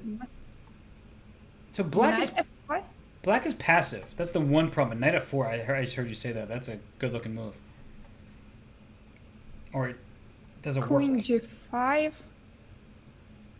So a4. So Elena's just trying to push her pawns here. She's taking away squares from the white knight, from the queen, so b3 is under her control. But queen e3, I like that move. It's taking away g5 and threatening to go queen a7 at some point, so knight c5. Filling. Or queen h6 idea is also interesting. Queen h6 and then perhaps some sacrifices on g6. Or maybe just, maybe also move your bishop to h3. Just some moment. And knight back to f3, knight to g5 comes to mind. This knight on h5 is really awkward over here. Ooh, wait, we're going to go back to the Daisy Corey game. Because look what just happened. What happened? So rook d6, wow. Takes rook d6 because the knight on e5 is hanging with check. So if you take on d6, you're going to lose the knight and then the rook. So king f6, and she lost her queen instead. No. Rook d6 was very nice. Yeah, Daisy Corey. What was the first game of the day? It was Vaishali with that really nice queen h4 move. All the way the first game we saw today. So this game by Daisy Corey is trying to rival that one for cool tactics. And she has a lot of time. Yeah, this one, I think we're confident in Daisy Corey's position. Let's go back to Gunina versus... Let's go back to Gunina. It's much more complicated there. Okay, let me try to bring G4. Gunina on screen here. G4, G5. Oh. G5, very good. I think it's a typical idea. You sacrifice this pawn, but then you're not under attack anymore, and then rook G8 comes. Oh, and queen h6, you have knight back to g8. Like to defend your king. But she played G5, which was also super nice. Right, I'm saying now, if white played queen h6, you'd go knight back to g8 to keep his sorry. queen. No, you're fine. I think here, knight g8 too. Like, just try to trade the queens. Maybe I'm just unnecessarily concerned about black's king, but I want to trade the queen so bad. Oh, knight takes d5! Knight d5! Oh, I thought about rook g8, but knight d5 just looks much stronger. But queen h6? Queen h6, then knight c3, then you have f6. Right. But, queen f6 you have now. But queen f6, I'm going to go queen back to h5, and then I'm going to play g5, and I guess your queen sits on g7 and defends everything. It just looks scary at first glance. Queen h5, what can I do that? Okay, knight c3, g5, queen g7, right. Right. So but then knight h4 and f6, I think you just don't have enough pieces in the attack. It looks a bit scary, but f6 immediately, there's queen g6, knight h4, even if you get f6 next, my queen goes to g8. You're not checkmating me. And after knight h4, I can also play rook g8. Okay, that's She true. decided to take first. I think f6, queen g8, only move. And now And knight e6 is coming. That's the downside of playing f6 is knight e6. Bishop c4 now also is possible, yeah. Rook g1. Taking all the pieces. G6. Oh, g6. You have to take it. Oh gosh. Oh, but g6, yeah. Wait. No, FG6. No, FG6. If you take with a knight, queen g6, rook g6, and then knight f4, and then you queen h6, mating me. Oh my gosh, it doesn't work. So is Wow. Gunina with the tactics here? Yeah, Gunina with the tactics, it's a very dangerous person. I know it myself very well. I have played so many games with Valentina. Wait, this looks queen h6 and then rook g7. And rook g7. Seems she's winning. I think she was lost, but She managed to find this breakthrough. Rook It's really g7 nice. still after 96, and then you're mating on h7 or g7 no matter what. Wow. So Munina goes to the second round. Wow. Just what a turnaround there. I wonder if White always had some serious pressure there, or if Tomilova underestimated it by taking on c4. Maybe that was a little bit greedy and imprecise. And maybe she had to play knight e6 first, not caring about the pawn on c4. And Gunina wins, so take her off screen here. And we have that one game left between Daisy Corey and Anastasia Badner. This game is still running, wow. Still going, but White is up a minute, and also how much material? Queen and 4 pawns versus the rook. Okay. If my calculation is correct. I don't know if that's enough material. Let's discuss it. Queen f4 check. You can win in a million different ways, one of which is on the clock, but rook c7 looks good. Trade pieces while you're ahead, and the rook's forced off. Yeah, Nice. this is pretty This is straightforward. too easy. Although, watch out for knights. We've seen. Yeah, but look, the queen is too far away from the king, so there is no fork. That's true. And even if you lost the queen, I think you still might be winning with all your pawns. Yeah, there's a But better not to do resignation. that. Okay, well, now Daisy Corey. we have our semifinalists. We have Daisy Corey, we have Antonella Stefanova, we have Valentina Gunina, and we have Vaishali. So, as we move into the semifinals, Anna, who do you pick in those matchups? I am moving, but how will they play? Who will play against whom? Daisy Corey takes on Stefanova, and Gunina takes on Vaishali. Well, Stefano and Gunina are favorites, but it's totally unclear who will win. And we have seen so many surprises in the previous tournaments that it's real difficult to predict. Yeah, and I'm bringing up that Gunina game once more. Just the end of that game with f6, queen g8, and then bishop takes c4. Probably imprecise. White's only idea at this point is to go g6 and to break through. So I think knight e6 first, and after rook g1, then you have knight f4 covering this very important g6 square. You blockade that threat, and then you win the game after that. So unfortunately for Elena Tomilova, 2 days in a row she was on the verge of victory, and both days she suffered a pretty heartbreaking defeat. So I certainly feel for her. Pity, but it's the same for Gunina. She lost so many tiebreaks already, and she has tried so many times to qualify.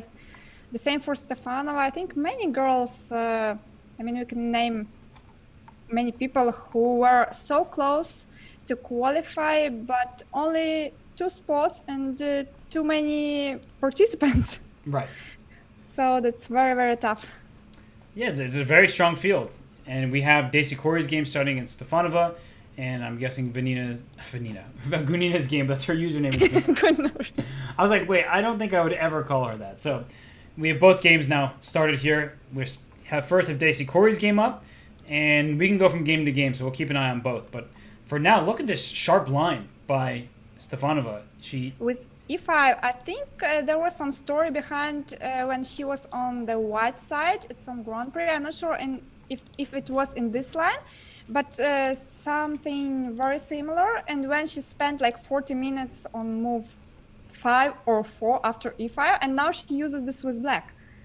So that's really nice. And I think she has a good position because she managed to take on c4 and to protect this pawn. Now it's not so easy to take it back. Yeah, I'm worried about this isolated pawn for Corey later in this game. But for now, it seems like White has a little bit more space thanks to the knight on c4, the pawn on here on d4. Knight b6 just played by Stefanova, trying to trade off the pieces. You can always play knight to e5, and then you can play knight back to d7. We actually see this in a variety of Slav variations. But here's knight e5 and knight d5. That's even better, blockading the isolated pawn. I think that Stefanova is going to play for an advantage here. Yeah, it's like the good version of the side who's playing against the isolated pawn. Yeah, you have that square so nicely blockaded with both of your knights and your bishop. Everything is helping there. Well, the question, though, is what to do from here. Because Black's position looks pretty solid, but what is the actual plan? White could try something with f4, f5, but after they place their queen on f3, it's more difficult to do that. Also, they can try to play something like bishop d2, rook a e1, then bring the bishop to b1 and queen d3, try to create pressure on this line, and all these mating ideas. I think they, in general, should play actively, because when you're with the isolated pawn, you should play actively and not play passively. Well, there's no more isolated. Well, there is. I guess the A pawn's now isolated, but not in the center. So no more IQP. And this decision by Stefanova to capture there, I guess the problem when you have less space, and in that case, Black had a little bit less space, is your pieces step on each other's toes. And here's a good example of this: the knight and the bishop would kind of want to share the d5 square, but you can't do that. Two pieces can't be on the same square. I think queen f5 makes sense, but then bishop will drop back to e6, and we're only repeating moves. Or queen g3 doesn't. I understand. Queen g3 is okay, but you don't feel comfortable to play queen g3 and to place your queen under the spin. Though maybe it's not bad. Well, what about knight h5 there? If knight h5, queen g4, and then after knight f6, queen h4. Aha! So we kind of snaked our queen forward. Yeah, that makes sense. So queen g3. The threat is bishop takes h6, so you have to react. And I think this knight h5, knight f6 maneuver will be played. She does play queen g3, so Daisy Corey here. And I think something went wrong for Black, because now it's not so easy to play. no, it looks cramped. And Daisy Corey's been playing some excellent chess. She's another player who's been in many of these knockouts, so she has been really showing some excellent class. And now knight h5, queen g4, knight f6, and queen h4. Your move. Oh, Not yet. It's good Russian school, right? Always repeat once. She's not from Russia. I know, but she could have learned from a Russian trainer. My coach was Russian.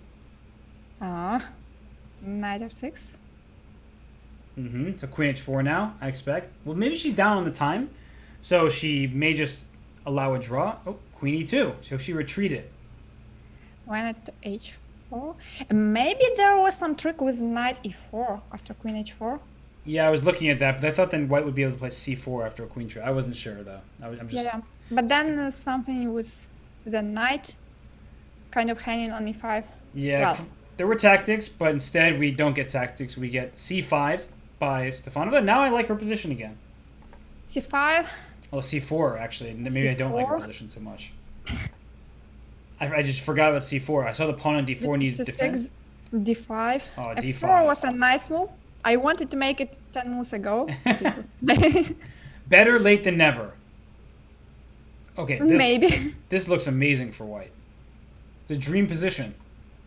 Yeah, just rook e1, maybe even g4, g5. Rook f3, rook g3 comes to mind. Rook 8e1. That's also possible. b5 does nothing. I mean, you're playing just to make for a pawn break. I'm playing to checkmate your king eventually. So getting a rook to g3 and trying to open up the diagonal for an attack feels pretty good. And Maybe even a5. try. Yeah, I thought about queen f2, but queen f3 was played. Queen f3 looks good too. And I think black has to try b5 at some point. Queen f3 is also good because after b5, white can simply take this pawn, and they protected the pawn on d5. True, you're right. So actually, it's probably just really smart. And now, yeah, Stefanova doesn't have that much time, and it's a confusing position with no space. Maybe rook b8. Still trying to play b5. It's probably a good idea, but it's the best idea in a bad position. That's what it feels like. It's like you have no space. So maybe white won't be able to break through, but your g4, g5 idea, it's very powerful. Bishop f8 was played. Oh, and she's going queen d3, I guess. You went bishop c2. Bishop c2. Bishop c2, you allow b5. Oh, wait. There's going to be a take on d7, queen d3 after that. Take on d7 and take on b5 after that? And, yeah, that or queen d3, forcing g6, and then queen c3. D3. Oh, yes. Queen d3, g6, queen c3 is...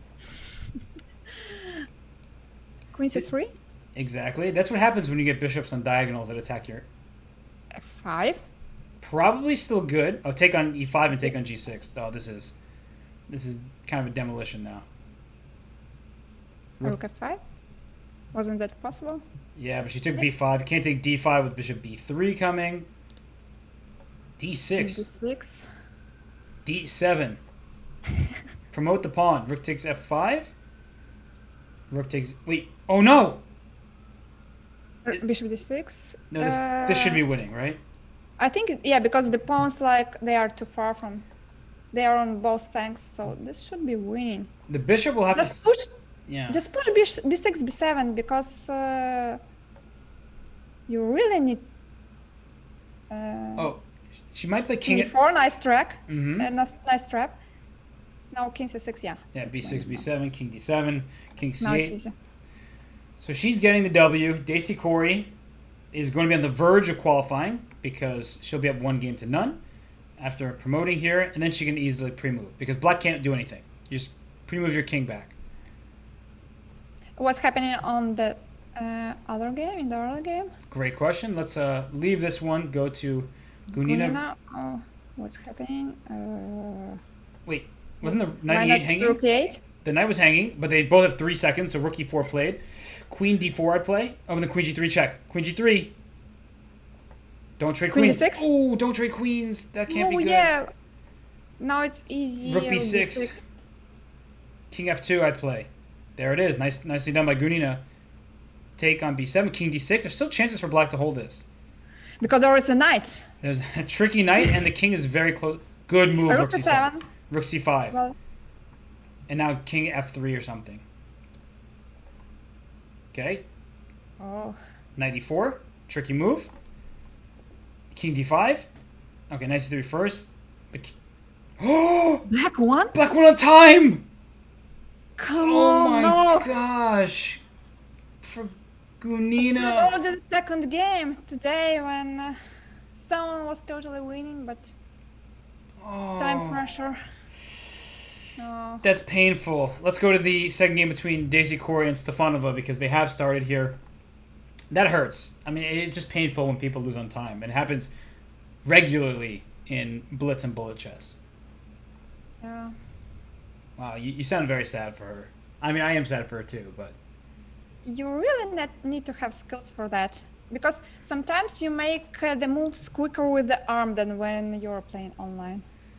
It's true. And you're maybe just more aware of the time when you're sometimes in person, you're just like focused, like you're looking, your head has to shake. Online, your head is looking the same direction, whether you're looking at the board and the clock is right in front of you, which is good, but maybe it's you think you have Also it under distracting control. sometimes. Exactly. For Vaishali though, she's played amazing defense in time trouble throughout this, every single day. I've said this. She'll get even if she's in trouble and down to mere seconds left, she finds just the most challenging line and is able to then either win games or hold games in tough positions. So credit to her. It's very important to find a land because there might be chances in any position. Even if you're totally lost, you may find some amazing ideas. And that's it. Or even just fight like Vaishali did in the previous game and hoping for the best. She was lost, but she was trying to trick her opponent. She was fighting till the end. And in the end, what happened? She won on time. For So sure. her efforts were paid off. Exactly. And, well, how about Stefanova's efforts in this game? We see a bishop just took on e4, black took back with the pawn. And, yeah, you have to take on c5. If you put your knight... How about b5, though, for black here? Wait a second. b5. After knight b2, there was still a trick with b4. Mm-hmm. So the knight has to go to c3. And then I'm going to go queen a5. Queen a5, bishop b2, and then I'm then gonna you take on c5. Yes. Looks nice. And I think this is overlooked by Stefanova because when you take on c5, you think that, oh, if b takes c5, then I can win a pawn and whatnot. Here, after knight to queen a5, very quickly should be played. And Not very quickly. I just don't see a move for white besides bishop b2. I think you have to, right? After queen Maybe a5. knight b1. But then b4. Still b4, yeah. Maybe knight cb1 and after b4 there is some knight c4. I don't like it so much. It hurts me to think of knight c to b1, but you might be right. That's actually an option. So Daisy Core is really spending a lot of time here. It's too much Maybe time. she's thinking of taking on c5 first. But then knight takes b5 is getting complicated. Oh, bishop c6. Bishop c6. That's surprising. Bishop c6. Maybe with the queen left d8, the queen on d1 was hitting this knight on d7 in some variation, but okay. I would prefer to play a6 rather than bishop c6. Because with bishop c6, you also... the rook on c8 will be very passive. But now she tricked with knight e5, knight c4. The bishop is hanging and the knight is hanging. I think she took with the wrong knight. If she took with the other knight on e4, she could have played after knight c4. Well, she couldn't play knight c4 right away, but some kind of trades. Knight c4, you have rook takes c4, and your knight gets to d6. So I think you could still do something like this, where knight c4, she went knight d6 right away, but something looks awkward here. Even, can I take on a3? Just. If you take, I take... Ooh, queen g5, good move. Queen g5, wow. Oh, knight takes e3 is a threat. Knight takes a3 is just a hanging bishop. You just take the bishop, and then have two minor pieces for rook and two pawns. And after g3, perhaps there was some idea with knight e3. I would play f4 and e5 now for white. I actually don't like giving up this knight. The knight on d6 holds white's position together, whereas if you played f4, e5, and kept the knight on d6, it would have been harder for black to continue. That was a nice idea. Maybe you can try to play knight d5 now. So let's see. She played it. Mm-hmm. So knight c4, bringing the knight back in. a4 can be played, but there's knight b2 you have to be careful about, and just a6. So f4, queen retreats. Now the e3 square you have to be worried about. So she brings her queen up. Yeah, white has so much space here. That's the annoying thing. You have to be careful with all these forks because you can't play rook d1 and there is knight b2. Oh. Ooh, look at that move. Rook c7. That was clever. Rook c7, rook d7. Yeah, the queen is not protected, so you can't take the rook. And now rook to d7 comes, and the knight is pinned some more. It's under attack. That was a good idea. Queen f3, rook d7. And I'm just keeping an eye on the game between... I'll just flash the game between Gunina and Vaishali. It's earlier in the game. Gunina needs to win. It's from a Caro-Kann, very solid structure. This will be a longer battle. So back to... Whoa, how did the rook just leave? What? She missed knight d2 fork. She played queen f3 and she missed knight d2. Okay, so... No, it's not over. No, it's not, but black should never be worse here. Queen e7, e5, you have f6. Oh, but then e6. So to be queen e6 is a very nice move. d1. That was a really nice move by Daisy Corey there. And I'm bringing her on camera. Be careful with... Queen h3! Queen h3! Oh yeah, queen h3. Oh my gosh, it's pinned on g2. Is it winning? Oh, it's winning. It's winning. Queen immediately there. Queen h3 is just... There is no more. Oh, she missed it. She missed it. And now this is going to be tough. Queen h4. Play queen h4. Oh, that hangs the bishop, so I can't do that. Queen d5, the same. Going for checkmate. Rook d1. Okay, she plays bishop f4. She's going after this. Oh, no. H4 is a very weakening move. H4 you shouldn't do. Here comes queen h3 checkmate. She sees it this time. There's no way to stop it. Queen h3. Queen h3. Then bishop e3 check. Oh, yeah. She found this idea. Queen h1. Queen takes g2. Queen h4. Oh, every queen capture. Better. Queen f1, queen e3, queen She's going to make the draw. She's going to make the draw. Ah, yeah, she can make a draw, right. She wins the match with the draw, so she's being smart about it. Oh!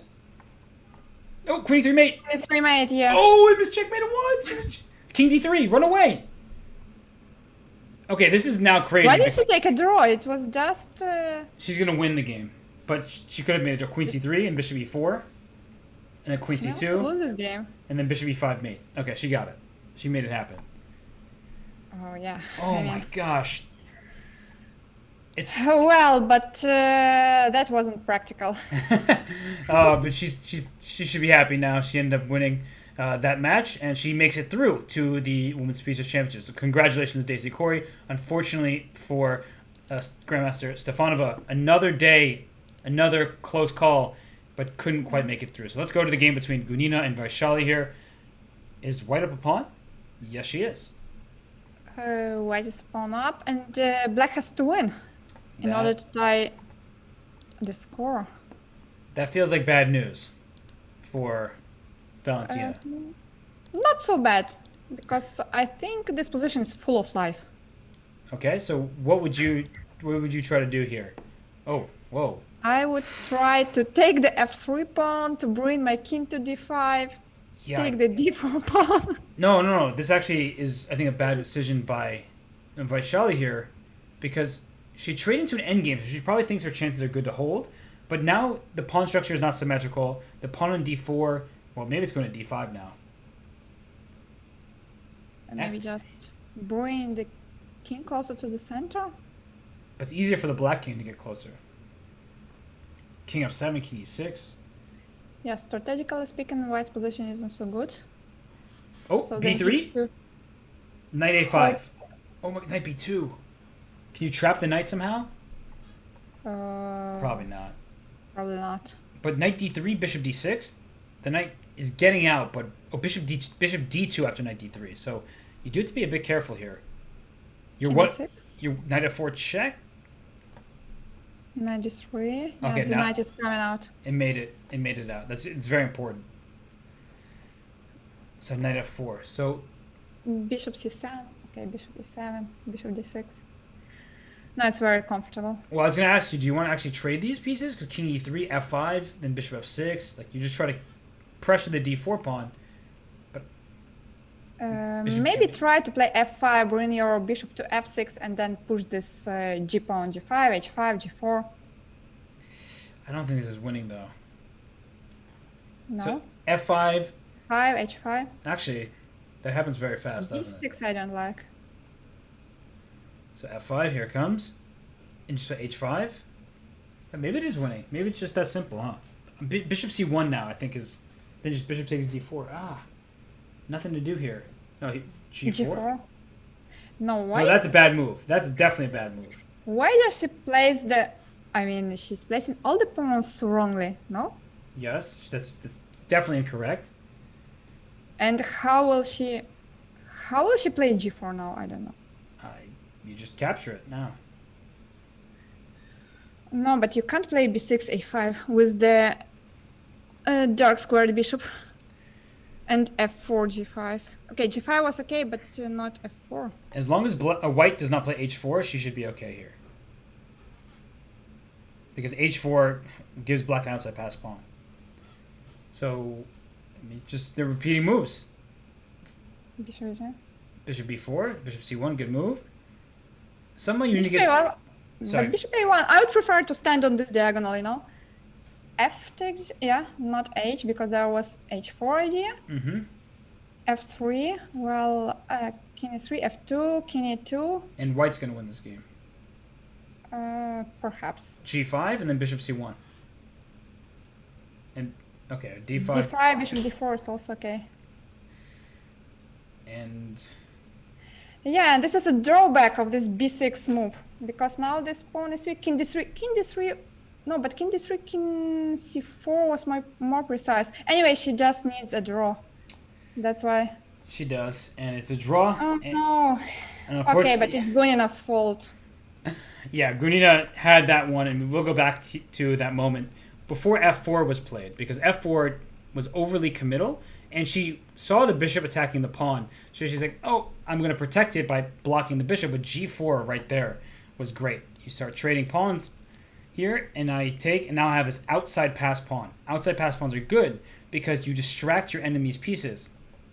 And so white's king and bishop will have to go to stop this pawn, in which case black will win this pawn on d4. So bishop c3, g3. Now your king really has to come back, and then I take this pawn on d4. So she had the win. She really did, and she let it slip. No, but you just can't play like this. Even if you're really very low on time, you can't play b6, a5, f4. It's just automatically it can't be played. You know that when you have dark square bishop, you just place your pawn on the light squares, and the same for the opposite. If you have light square bishop, then you should place the pawn on the dark squares. It's like the rule, and you shouldn't break it normally. Well, there are some exceptions, of course, but in general terms, you have to place your pawns like they were on b7 or on b7 and a6. They were perfectly placed, so why to move them at all? Don't touch them, and just play g5, g4, create the pass pawn, and that's it. I'm totally with you. I think it makes sense because you don't want to put your pawns in the same color as your opponent's bishop because they can attack them. You're totally right. You should have left the pawns there, played for the g pawn. I was mistaken. I was like, oh, like maybe it shouldn't be winning. No, it looks like actually just almost objectively from the very start, it's just great for black because you do a very simple plan. You f5, h5, g4. The pawn on d4 is so weak. It's that isolated pawn that we talk about so regularly. Is that a weakness or a strength? It became a weakness in the endgame. Capablanca would have been proud to see this position, but not b6, a5, and f4. All these moves did not work well in the position. So, Anna, we have Daisy Corey, we have Vaishali making it through. Maybe 2 upsets because they beat 2 Grandmasters, but sometimes these the people who grew up playing chess on the internet have an advantage in these formats because they have the mouse speed and are just able to handle some of the time pressure better. Yeah, that's very important. Congrats to the girls. Congrats to Vaishali and to Daisy Corey. They were really fighting well. And I'm also sorry for many of the girls who also deserved to be qualified. But there is still one tournament to come, right? It's tomorrow. Yep. The last qualification tournament. I believe Valentina Gunina will play. Definitely, she tried. Do you know what tomorrow is? Sorry? Do you know what? Tomorrow is 21 rounds of bullet chess. Yeah, I know. 21 rounds with 1+1. Amazing. And so it will be the last chance for Gunina, for Stefanova, for Gorachkina, for Zagnidze, for many strong girls. So another really interesting battle is about to come and to start relatively soon. For sure. And, well, Anna, it's been an absolute pleasure covering this with you today. We're done, so we can sign off now. But I really want to thank you for joining me here. It's been a bit lonely doing all of these commentary sessions by myself, but you were great. And everybody, if you're still here, Anna Muzychuk, how her name is spelled, don't put a space in between the A and the M, and that is her Twitch account, Anna Muzychuk. So give her a follow. She does great streams, a lot of fun. You can learn a lot from her, and I just wanted to thank you again and give you that shout out. Thank you, Robert. Thank you so much. It was also a pleasure for me to comment the qualification tournament today together with you. Thank you. All right, everybody. I'll be back tomorrow, 12 noon Eastern time. And until then, enjoy whatever chess you're playing. But the Women's Speed Chess Championship qualifiers will continue then. So have a good one, everybody. Bye-bye.